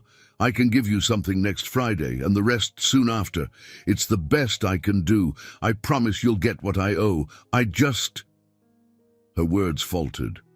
A tense silence stretched. Finally, Mr. Phillips sighed. "Fine, but that's it. If you don't pay by then, I'll move forward with a formal eviction. Understand?" She murmured her thanks and hung up, heart drumming. Next Friday was only a handful of days away. If Jeremy couldn't persuade Marcus to approve some form of loan, she'd be out of options. The rest of the day passed in a haze. She answered Danielle's emails, directed drivers, and fielded last-minute schedule changes. By the time evening arrived, she was drained to the core, yet she forced herself to stay, triple-checking reports for the next morning. The sense of responsibility was overwhelming. Letting down the company now, in the midst of the pilot, felt unthinkable. As she finally left the building, she recalled Jeremy's earnest promise to see what he could do. A small part of her worried about becoming the charity case in his eyes. Yet a larger part clung to the hope that, for once, she wasn't alone in facing the weight of her burdens. Melissa's alarm buzzed at 5 a.m. on Friday, dragging her from restless sleep. She had gone to bed past midnight after wrestling with more spreadsheets and route forecasts. The tension in her muscles reminded her there were only 7 days left before her landlord's final deadline. She wished she could freeze time, just long enough to solve everything at once. She tiptoed past Ivy's small bedroom, noticing the child slept with her favorite stuffed rabbit clutched tightly. Melissa's heart squeezed at the thought of uprooting Ivy if eviction happened. Shaking the image from her mind, she dressed quickly in comfortable office wear and headed for the train. Upon arriving at the office, she saw Martin already hunched over the big whiteboard in the main workspace, scribbling driver schedules. "We've got a problem," he said as soon as she approached. Melissa braced herself. "What's happening?"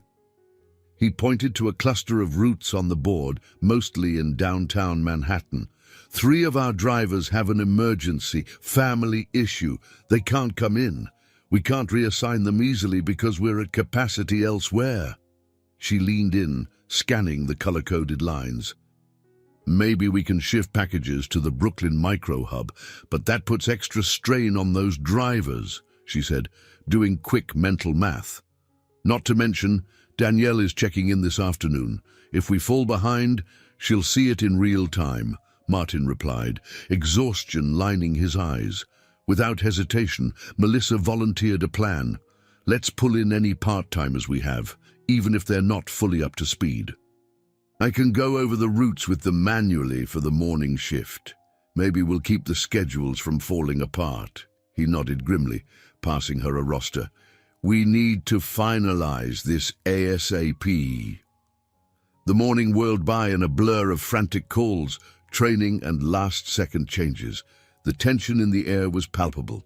Cheryl handled finance questions from new drivers about their part-time pay. Kevin tried to adjust the software on the fly, but the system kept throwing error codes due to so many manual overrides. Melissa toggled between screens and phone calls, feeling like she was juggling flaming torches. By midday, the onslaught of tasks continued. Danielle's emails and phone calls came in like clockwork, each time demanding updates on how the day's deliveries were faring. Candice texted Melissa that the client's PR team was sniffing around for reassurance. Apparently, an online rumor suggested the pilot might be collapsing under the surge. Melissa felt a pinch of panic. One misstep, and the partnership might unravel. As if the pressure weren't enough, a calendar alert on Melissa's phone reminded her she had to meet Ivy's teacher in the evening for a brief parent-teacher conference. She'd promised Ivy she would attend. Guilt gnawed at her as she realized she couldn't back out, even though the crisis at work demanded every ounce of her time. She left Martin and Cheryl with instructions for the last batch of schedules and bolted out the door, promising to check back in once she finished at the school. Arriving at Ivy's elementary campus, she rushed down the brightly colored hallway toward the classroom. Ivy spotted her and ran up with a grin, but Melissa could tell her daughter sensed the stress. She tried to smile and focus, listening as the teacher praised Ivy's enthusiasm for reading, but noted she sometimes seemed anxious when asked about home life. Melissa's cheeks warmed. "We've had a hectic schedule lately," she said, pushing her hair back. "I'll make sure to give her more reassurance." The teacher nodded kindly. "She's a bright girl, Mrs. Roberts. She just needs to feel secure. I hope everything's all right at home." Melissa offered a tight smile, unable to form a proper answer. Minutes later, she and Ivy were outside in the crisp evening air. Ivy tugged at her mother's sleeve. "Can we get ice cream?" Melissa hesitated. Her phone buzzed incessantly with messages from work. But when she saw the hopeful light in Ivy's eyes, she couldn't say no. They walked to a small shop around the corner, Ivy chattering excitedly about her classmates. For a few precious minutes, Melissa allowed herself to enjoy the simple act of sharing a chocolate cone with her daughter, the sweet treat melting faster than they could eat it. Suddenly, her phone vibrated again, and she stepped away to glance at the screen. It was a frantic message from Cheryl. "System meltdown. We lost track of 6 deliveries, and Danielle's flipping out. Martin can't fix it alone. Please help." Her stomach dropped. "Ivy, honey, I have to go back to the office," she said apologetically. Ivy's face fell, though she nodded bravely. "Okay, I'll be good at home." Melissa felt her heart twist. This was the exact situation the teacher alluded to, her child learning to accept disappointment as normal. She hurried Ivy home and, with Rebecca's help, dashed back to CSD. The office was in chaos. Kevin typed frantically, trying to recover lost delivery data. Martin fielded an angry phone call, likely from Danielle, while Cheryl scanned paper logs for any clue about the missing packages. Melissa plunged in, scanning driver check-in sheets and contacting each one. Tension soared. By the time they located the glitch, hours had passed. Danielle had left them a string of sternly worded emails. Melissa's hands shook as she typed replies, explaining the snafu and assuring the client that the deliveries were still on their way. She wondered if this slip might undo the goodwill they'd cultivated over the past few days. Sometime after midnight, the system finally stabilized. Worn out and frazzled, the team slumped in their chairs. The meltdown was contained, but the question remained. Would the client see it as a minor hiccup or a reason to pull the plug? And how much longer could Melissa keep balancing these demands before something else gave way? Exhausted, she powered down her computer, the weight of the day pressing on her chest. She thought of Ivy, who had gone to bed without her again. She pictured her landlord's looming deadline. Closing her eyes for a moment, she whispered a silent plea that somewhere in this storm of responsibilities, a path forward would reveal itself. Come Monday morning, the air felt thick with apprehension at Cooper Sustainable Deliveries. Over the weekend, Danielle had sent a measured but stern email regarding the system crash and the lost deliveries. She acknowledged that CSD recovered quickly, but warned that another misstep might end this pilot entirely. Everyone felt the weight of that ultimatum. Melissa sat at her desk, scanning the updated route plans with bleary eyes. She hadn't slept well, plagued by nightmares of eviction notices taped to her door. The thought of letting her daughter down gnawed at her, fueling an almost desperate desire to make things work. Martin called an impromptu meeting with the core logistics team, plus Cheryl, Candice, and Kevin. Anna joined soon after, with Jeremy trailing behind. They gathered around the long conference table, laptops glowing and coffee cups steaming. Martin looked haggard. "We need a foolproof strategy for the rest of this pilot. That meltdown nearly sank us. I want ideas on how to prevent a repeat." Candice tucked a strand of hair behind her ear. "Could we build a backup system that syncs in real time, so if one set of data fails, the other retains the information?" Kevin frowned. "We're running on a tight budget. Real-time backups are not cheap." Cheryl chimed in. "There might be a partial solution. If we can't afford full redundancy, we can at least store incremental data offline every hour, so we don't lose an entire day's worth of deliveries in one go." Martin nodded. "That's a start. What else?" Melissa hesitated, then spoke up. "We're also depending too heavily on technology. We should keep a simpler, manual log of each package. It's not glamorous, but if the system crashes, we can trace the paper trail. It saved us last time, but we need a better process. Maybe scanning shipments in and out of the micro-hubs with a handheld device that also logs data on paper." Anna gave an approving smile. "It's old school, but effective."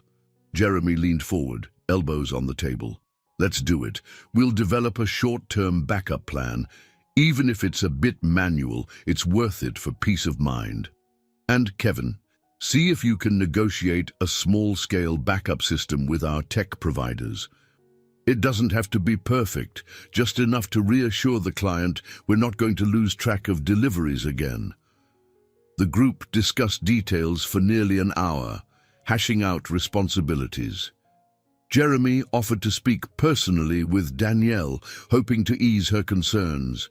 Martin and Kevin split tasks for the data backups, while Cheryl and Melissa would oversee manual logs in each micro-hub. Candice drafted a memo to the entire staff detailing new procedures. Once the meeting ended, people drifted back to their stations. Melissa lingered, stacking papers and glancing at Jeremy.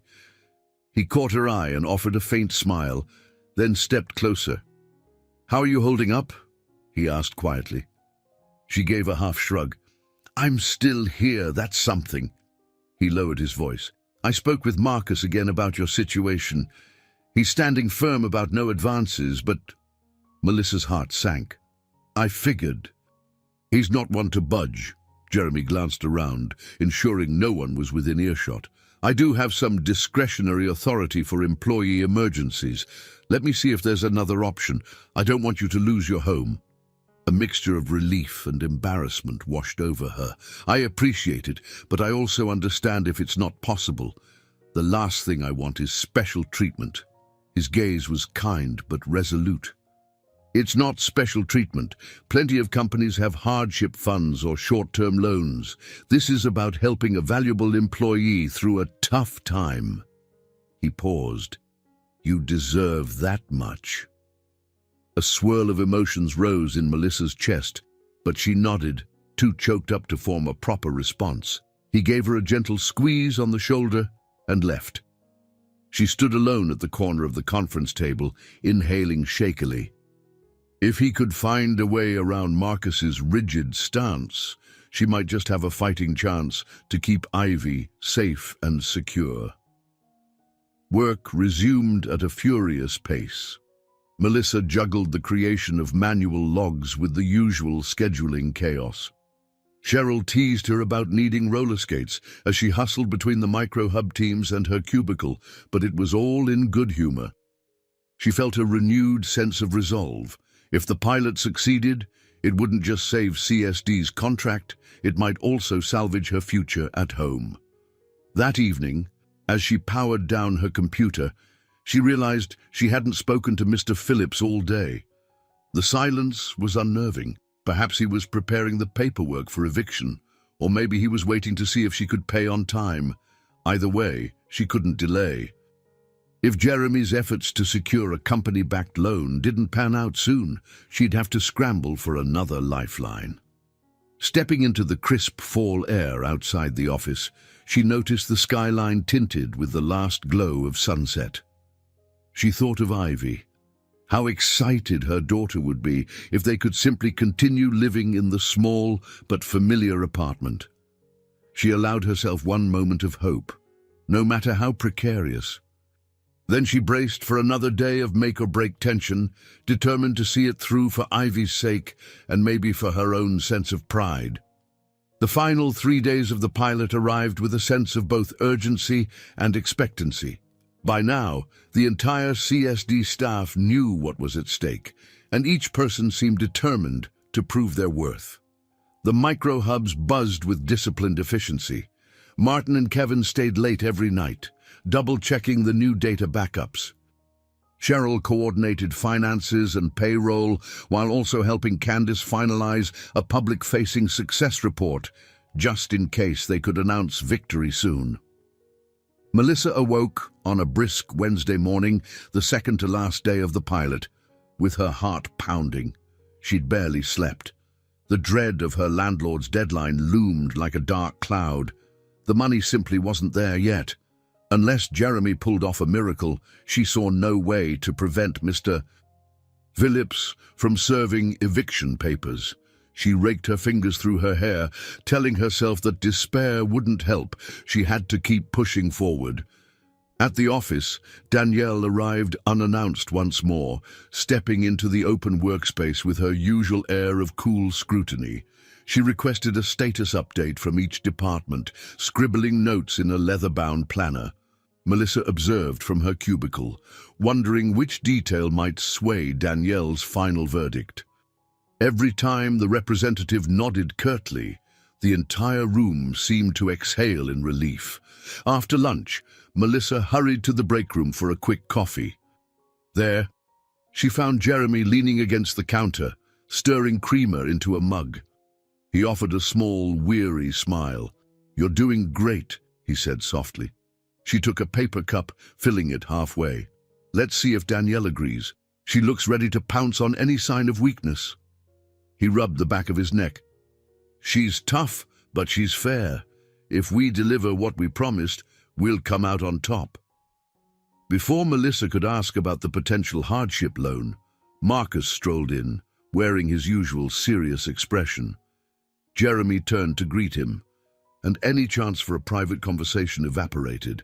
Marcus gave a curt nod, then addressed Melissa. "Cheryl mentioned you're finalizing the route logs." She nodded. "Yes. Everything's updated and cross-checked. I'll email you a summary by the end of the day." Marcus studied her for a moment, as if weighing whether to say more. Then he simply stated, "Keep it thorough," and walked out. Melissa tried to read some glimmer of concession in his eyes, but he kept his emotions guarded. The final hours of that day felt like a battlefield. Minor hiccups popped up. A driver got stuck in a minor fender bender. An unexpectedly large batch of packages arrived at the Brooklyn micro hub, and Danielle demanded to see detailed timestamps for every delivery route. Melissa, fueled by caffeine and sheer willpower, tackled each problem head-on. She stayed well past sunset, capturing every detail in the updated spreadsheets. Late at night, after sending her final email to Marcus and Danielle, she slumped back in her chair.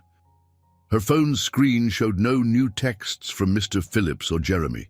She dreaded returning to her apartment, yet it was the only place Ivy knew as home. Gathering her things, she mentally braced for the next day, the last stretch of the pilot, the day that could decide everything. Sure enough, the next morning dawned crisp and clear, as if New York itself held its breath. Melissa arrived to find an email from Danielle. "I will collect final data today and present it to our board tomorrow. If the numbers hold, you can expect our decision soon." The short message carried enormous weight.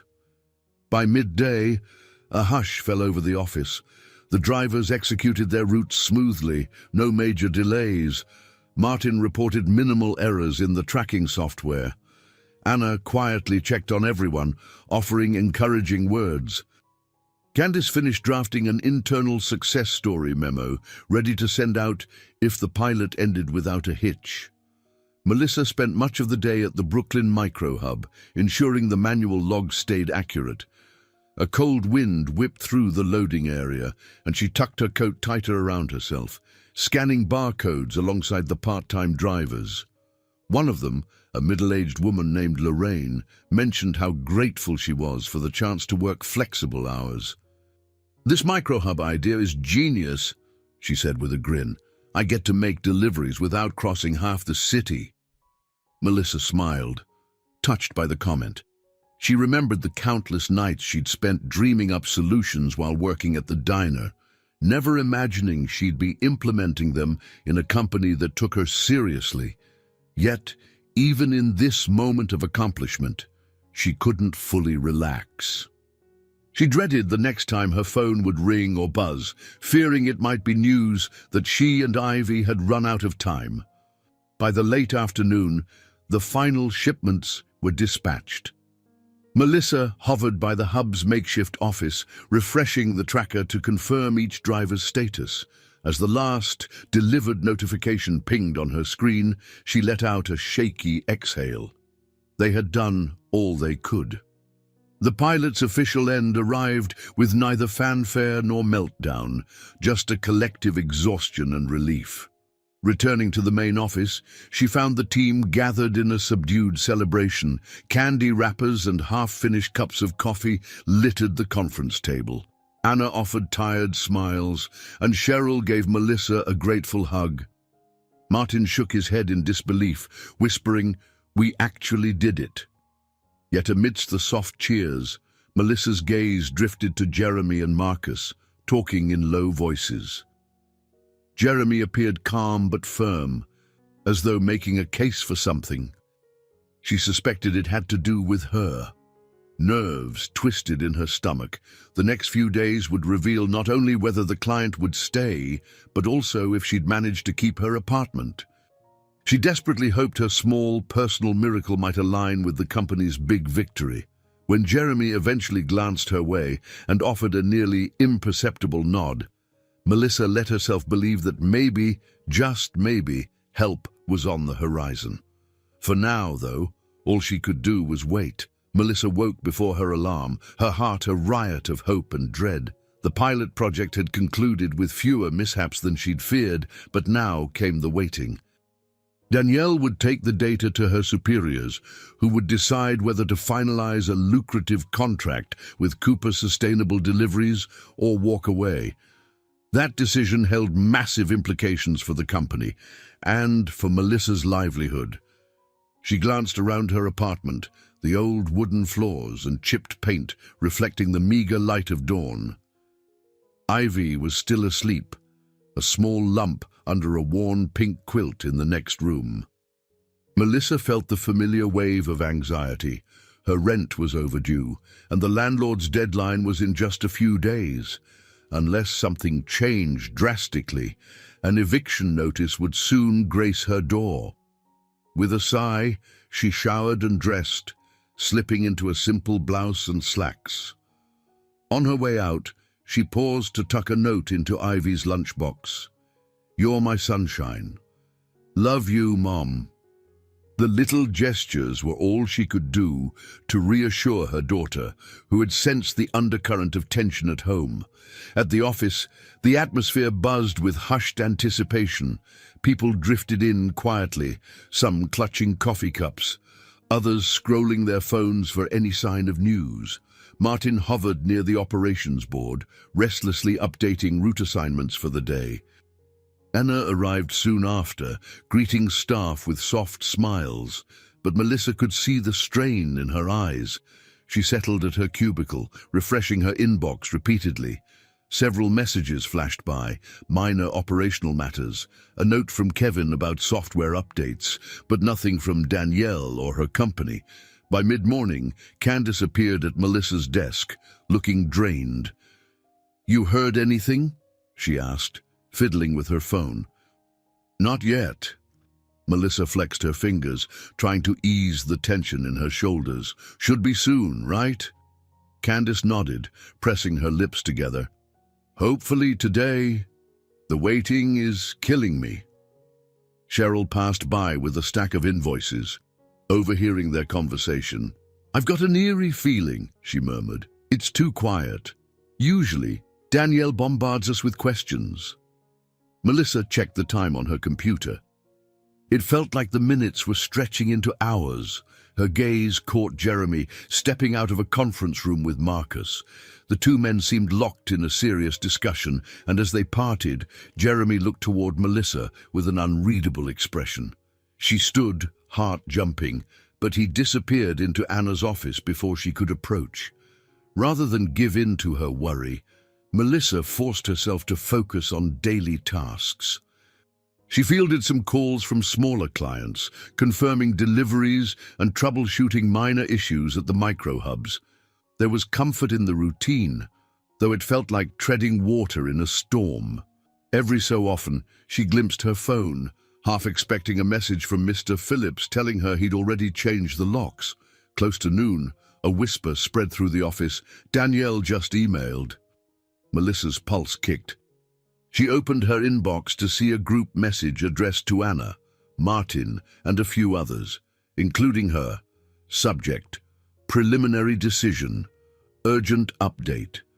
Message: I have presented the pilot results to my team. We'd like to discuss our findings with you in person this afternoon. Please be available at 2 p.m. for a video conference. This discussion will be critical to our final decision. Melissa's chest tightened.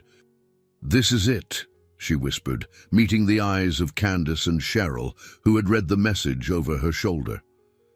The next 2 hours crawled by, everyone on edge. Melissa struggled to keep her thoughts straight.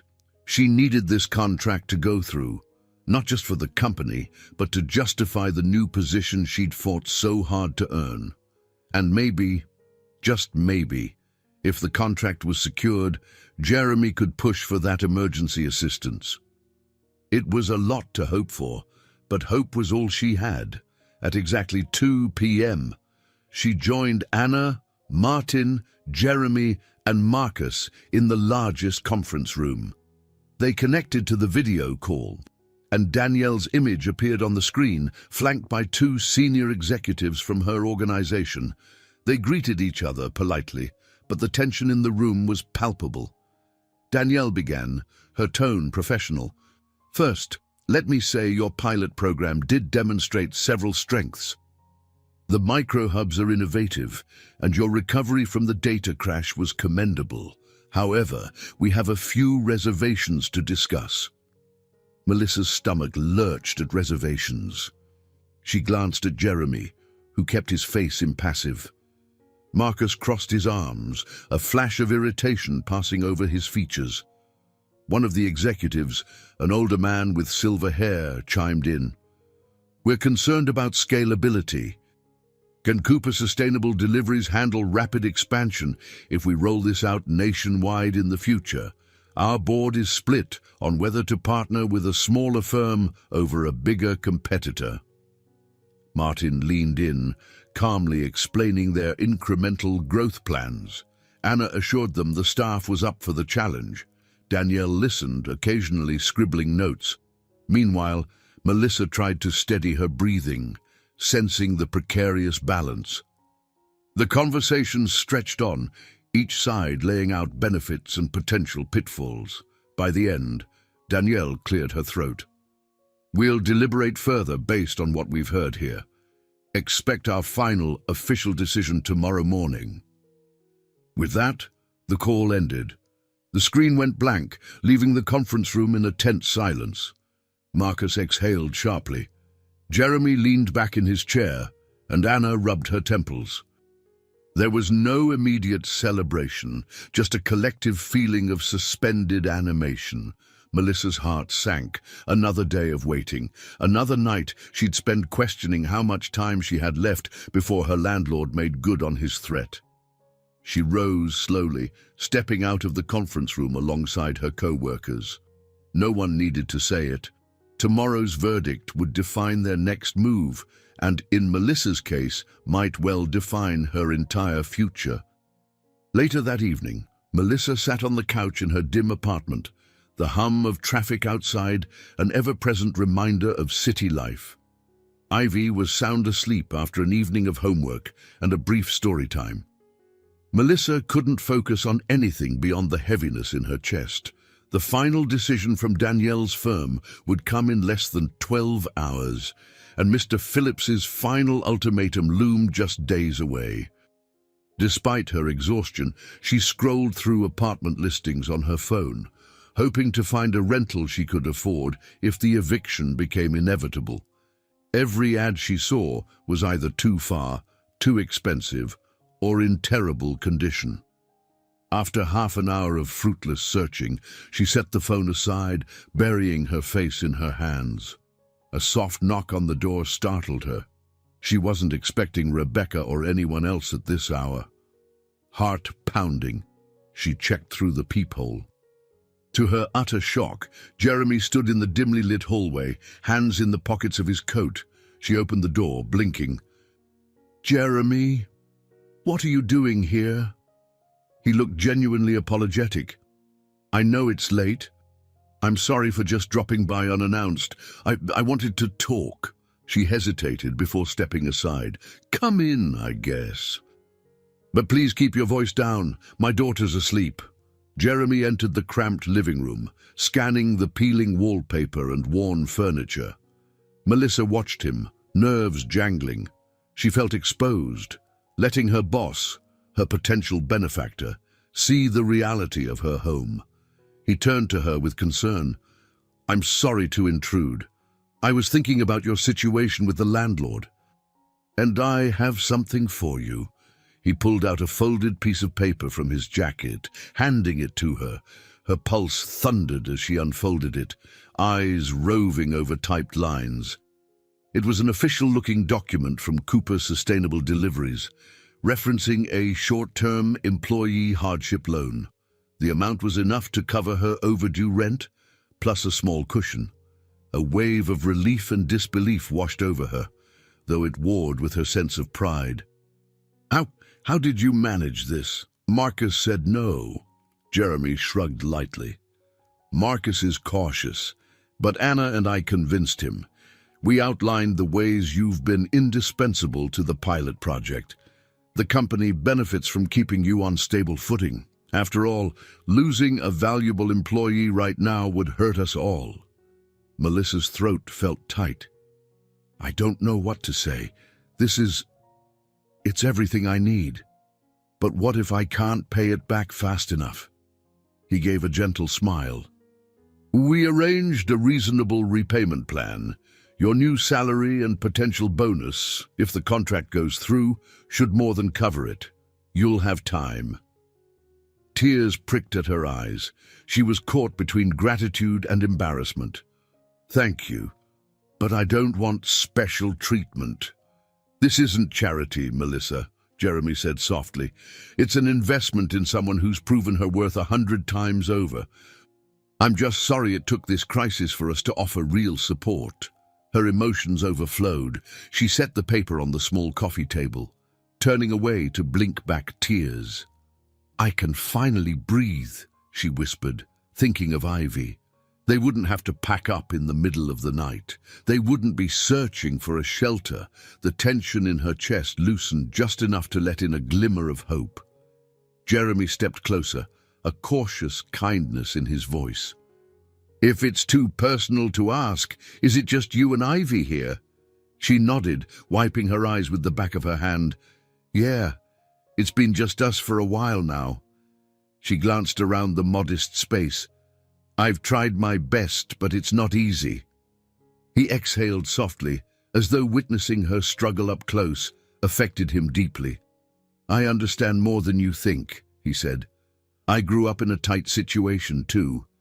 My parents scraped by for years before things turned around. That's partly why I'm so determined to run a company that actually helps people, not just makes money. She paused, absorbing that, remembering her first encounter with him on the train, how he wore a nice suit, yet showed no judgment. It clicked that he had seen that eviction notice fall from her bag and chosen empathy over pity.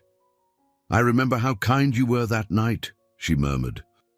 I was half asleep, leaning on your shoulder, and you never once made me feel embarrassed. He chuckled quietly. You looked exhausted, and I knew what that felt like.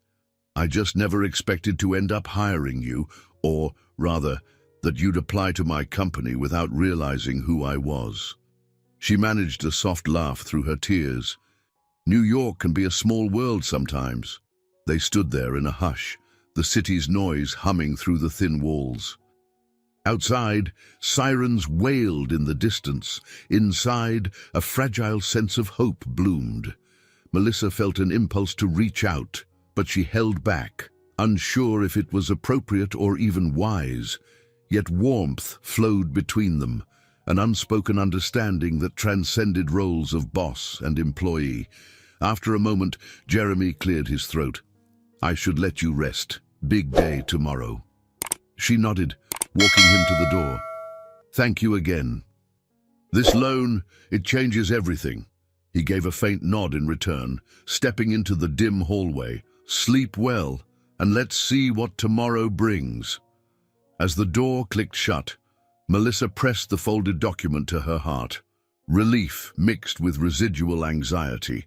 One hurdle was nearly cleared. Now, all that remained was the verdict from Danielle's firm in the morning. It was one more night of restless anticipation, but this time, at least, she carried a spark of reassurance that for once, she and Ivy might remain securely under their own roof. Morning broke with a drizzling rain that pattered against the office windows, lending the day a muted gloom. Despite the weather, the atmosphere at Cooper Sustainable Deliveries felt electric. Phones buzzed, and hushed conversations circled around the same question. Would Danielle's firm sign a permanent contract, or would they walk away? Melissa entered the building with a lighter heart than usual. She still had miles to go in repaying the loan, but at least she had the funds to placate Mr. Phillips. Her phone showed a text from the landlord, curt, but confirming he'd await her payment by the end of the week. No immediate eviction, no abrupt uprooting for Ivy. It was a gift she hardly dared to hope for just days ago. The clock inched toward 9. Anna and Jeremy convened the core team in the conference room once more. Martin, Cheryl, Candice, Kevin, and Melissa. Everyone exchanged tense smiles, clearly bracing themselves. A video call link was open on the large screen, but blank at the moment. Seconds after 9, Danielle's face appeared, followed by the two executives from before. She nodded in greeting, cutting straight to the point. "Good morning, we've reviewed the pilot's final data and debated the results at length. Ultimately, our board has decided to move forward with Cooper Sustainable Deliveries for a long-term partnership." A collective gasp filled the room. Martin clapped a hand over his mouth in relief. Cheryl's eyes misted, and Candice let out a soft whoop. Jeremy bowed his head momentarily, as though in silent thanks, while Anna beamed at the screen. Melissa felt her pulse roar in her ears, a rush of adrenaline making her limbs tremble. Danielle continued, her tone more formal. "We believe in the potential of your micro-hub approach and your dedication to resolving issues quickly. Our executive team will issue a formal statement soon. Expect a multi-year contract, contingent on continued performance reviews." Marcus, who had been silent, allowed a rare smile to slip through. "We appreciate your confidence. We'll make sure you don't regret it." A few more minutes passed with details hashed out, start dates for the expanded service, official signing procedures, and a timeline for marketing announcements. By the time the call ended, the entire room felt buoyant. Anna bounced on her toes, hugging Candice.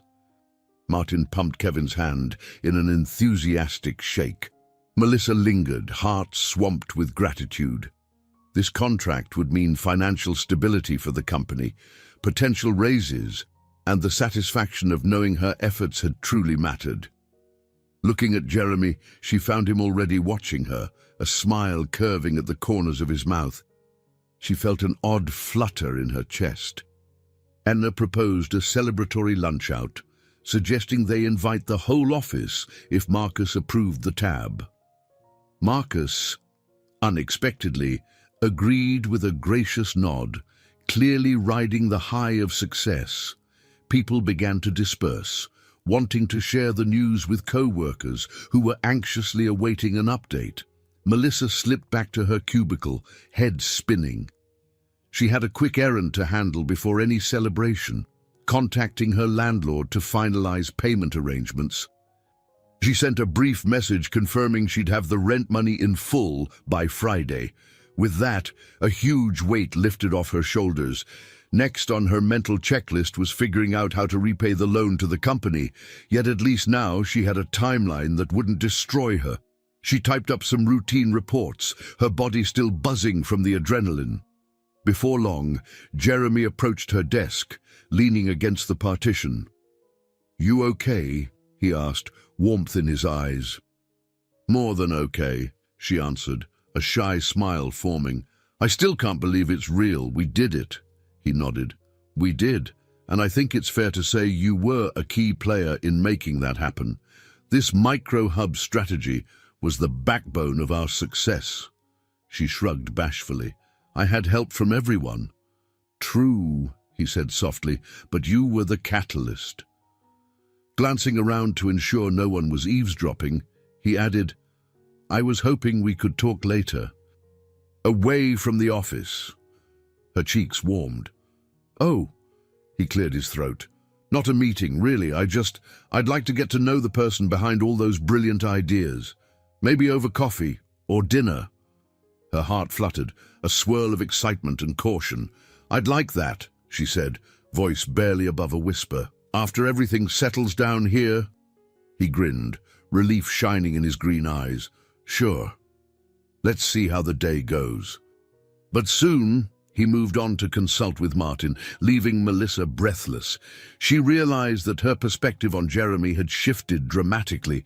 Once, he'd been just a weary stranger on the subway, then an intimidating boss, then a quiet savior with a generous loan. Now, he was becoming something else entirely, someone she might let into her personal life if she dared. It was a lot to process, especially with her responsibilities as a mother and her fresh start at financial security. Still, for the first time in years, she felt truly hopeful. No matter what complexities lay ahead, She had shown her strength in both the workplace and at home. The success of the pilot was proof of what she could accomplish. And perhaps, if she allowed it, there could be room for something more, something resembling genuine connection or even love. She exhaled slowly, savoring the bustling sounds of colleagues celebrating the good news. For once, the future glimmered with promise, and not just because she'd solved a crisis, but because she was finally open to receiving the support she'd always hesitated to accept. The official contract signing took place a few days later, followed by an impromptu party at a nearby restaurant. The entire staff of Cooper Sustainable Deliveries was invited, and while the gathering remained modest, the mood was decidedly jubilant. It wasn't every day a small startup secured such a high-profile partnership, especially one that started off so precariously. Melissa joined Candice and Cheryl at a corner table, each of them sipping from glasses of sparkling cider. Kevin toasted his success with the MicroHub software tweaks, and Anna praised the team's resilience in front of everyone. Martin, typically stoic, even cracked a few jokes, his posture noticeably relaxed for the first time since the pilot began. Amid the chatter, Jeremy circulated, shaking hands and offering personal thanks to each employee. When he approached Melissa's table, her pulse quickened, memories of their late-night conversation in her apartment returning in a rush. She tried to keep her demeanor casual, but her smile gave away her excitement. He leaned in, speaking softly, so only she could hear. "Still up for that coffee or dinner sometime?" She nodded, feeling a warmth spread across her cheeks. "Definitely. Let me know when." He returned her smile, then moved on to chat with Martin. Cheryl nudged Melissa under the table. "Something going on there," she teased quietly. Melissa busied herself with a sip of cider. He wants to talk outside the office, that's all." Cheryl winked. "If you say so." Candice giggled, exchanging a knowing look with Cheryl, but neither pressed further. As the evening wore on, employees started drifting out to catch trains or tend to their families. Melissa said her goodbyes, gathering her coat.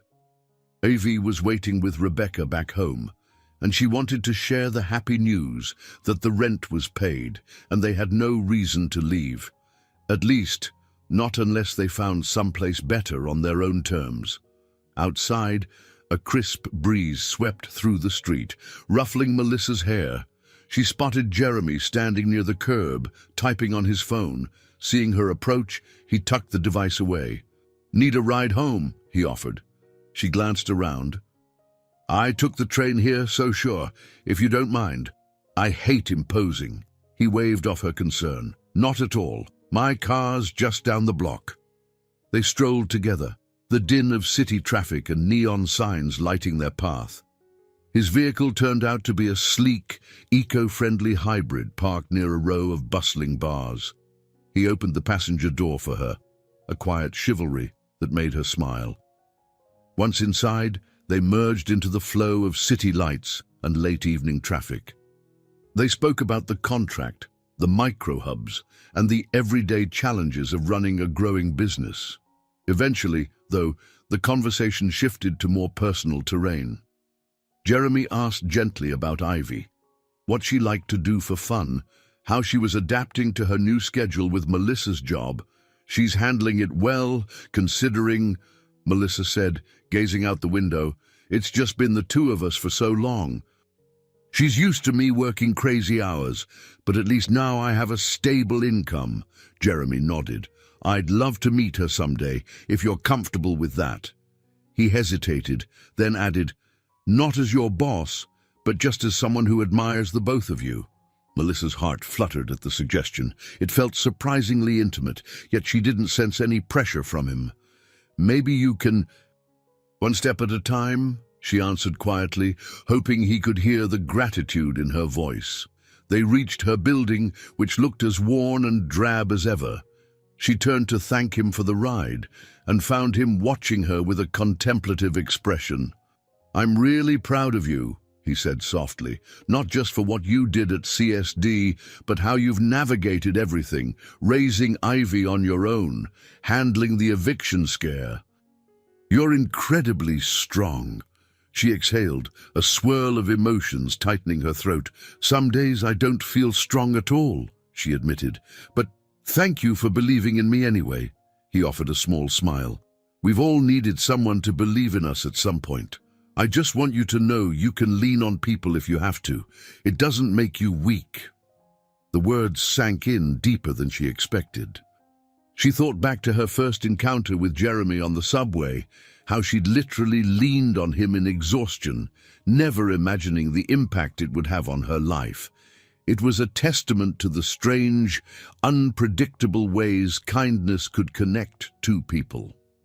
"Thank you," she repeated. Before she could overthink it, she leaned over the center console and placed a light kiss on his cheek. A spontaneous gesture of gratitude and budding affection.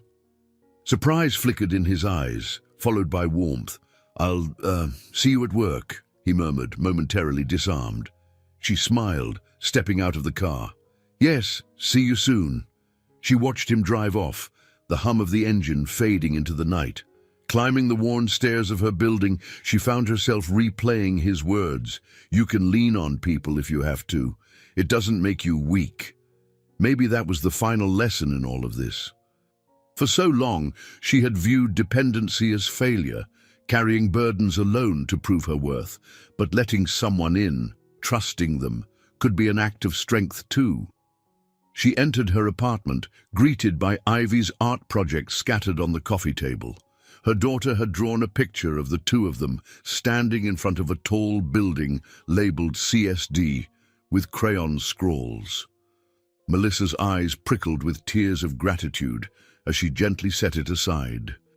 She thought about the future, the stability her new salary provided, the possibility of moving to a safer neighborhood, the promise of a blossoming relationship that might offer both support and love.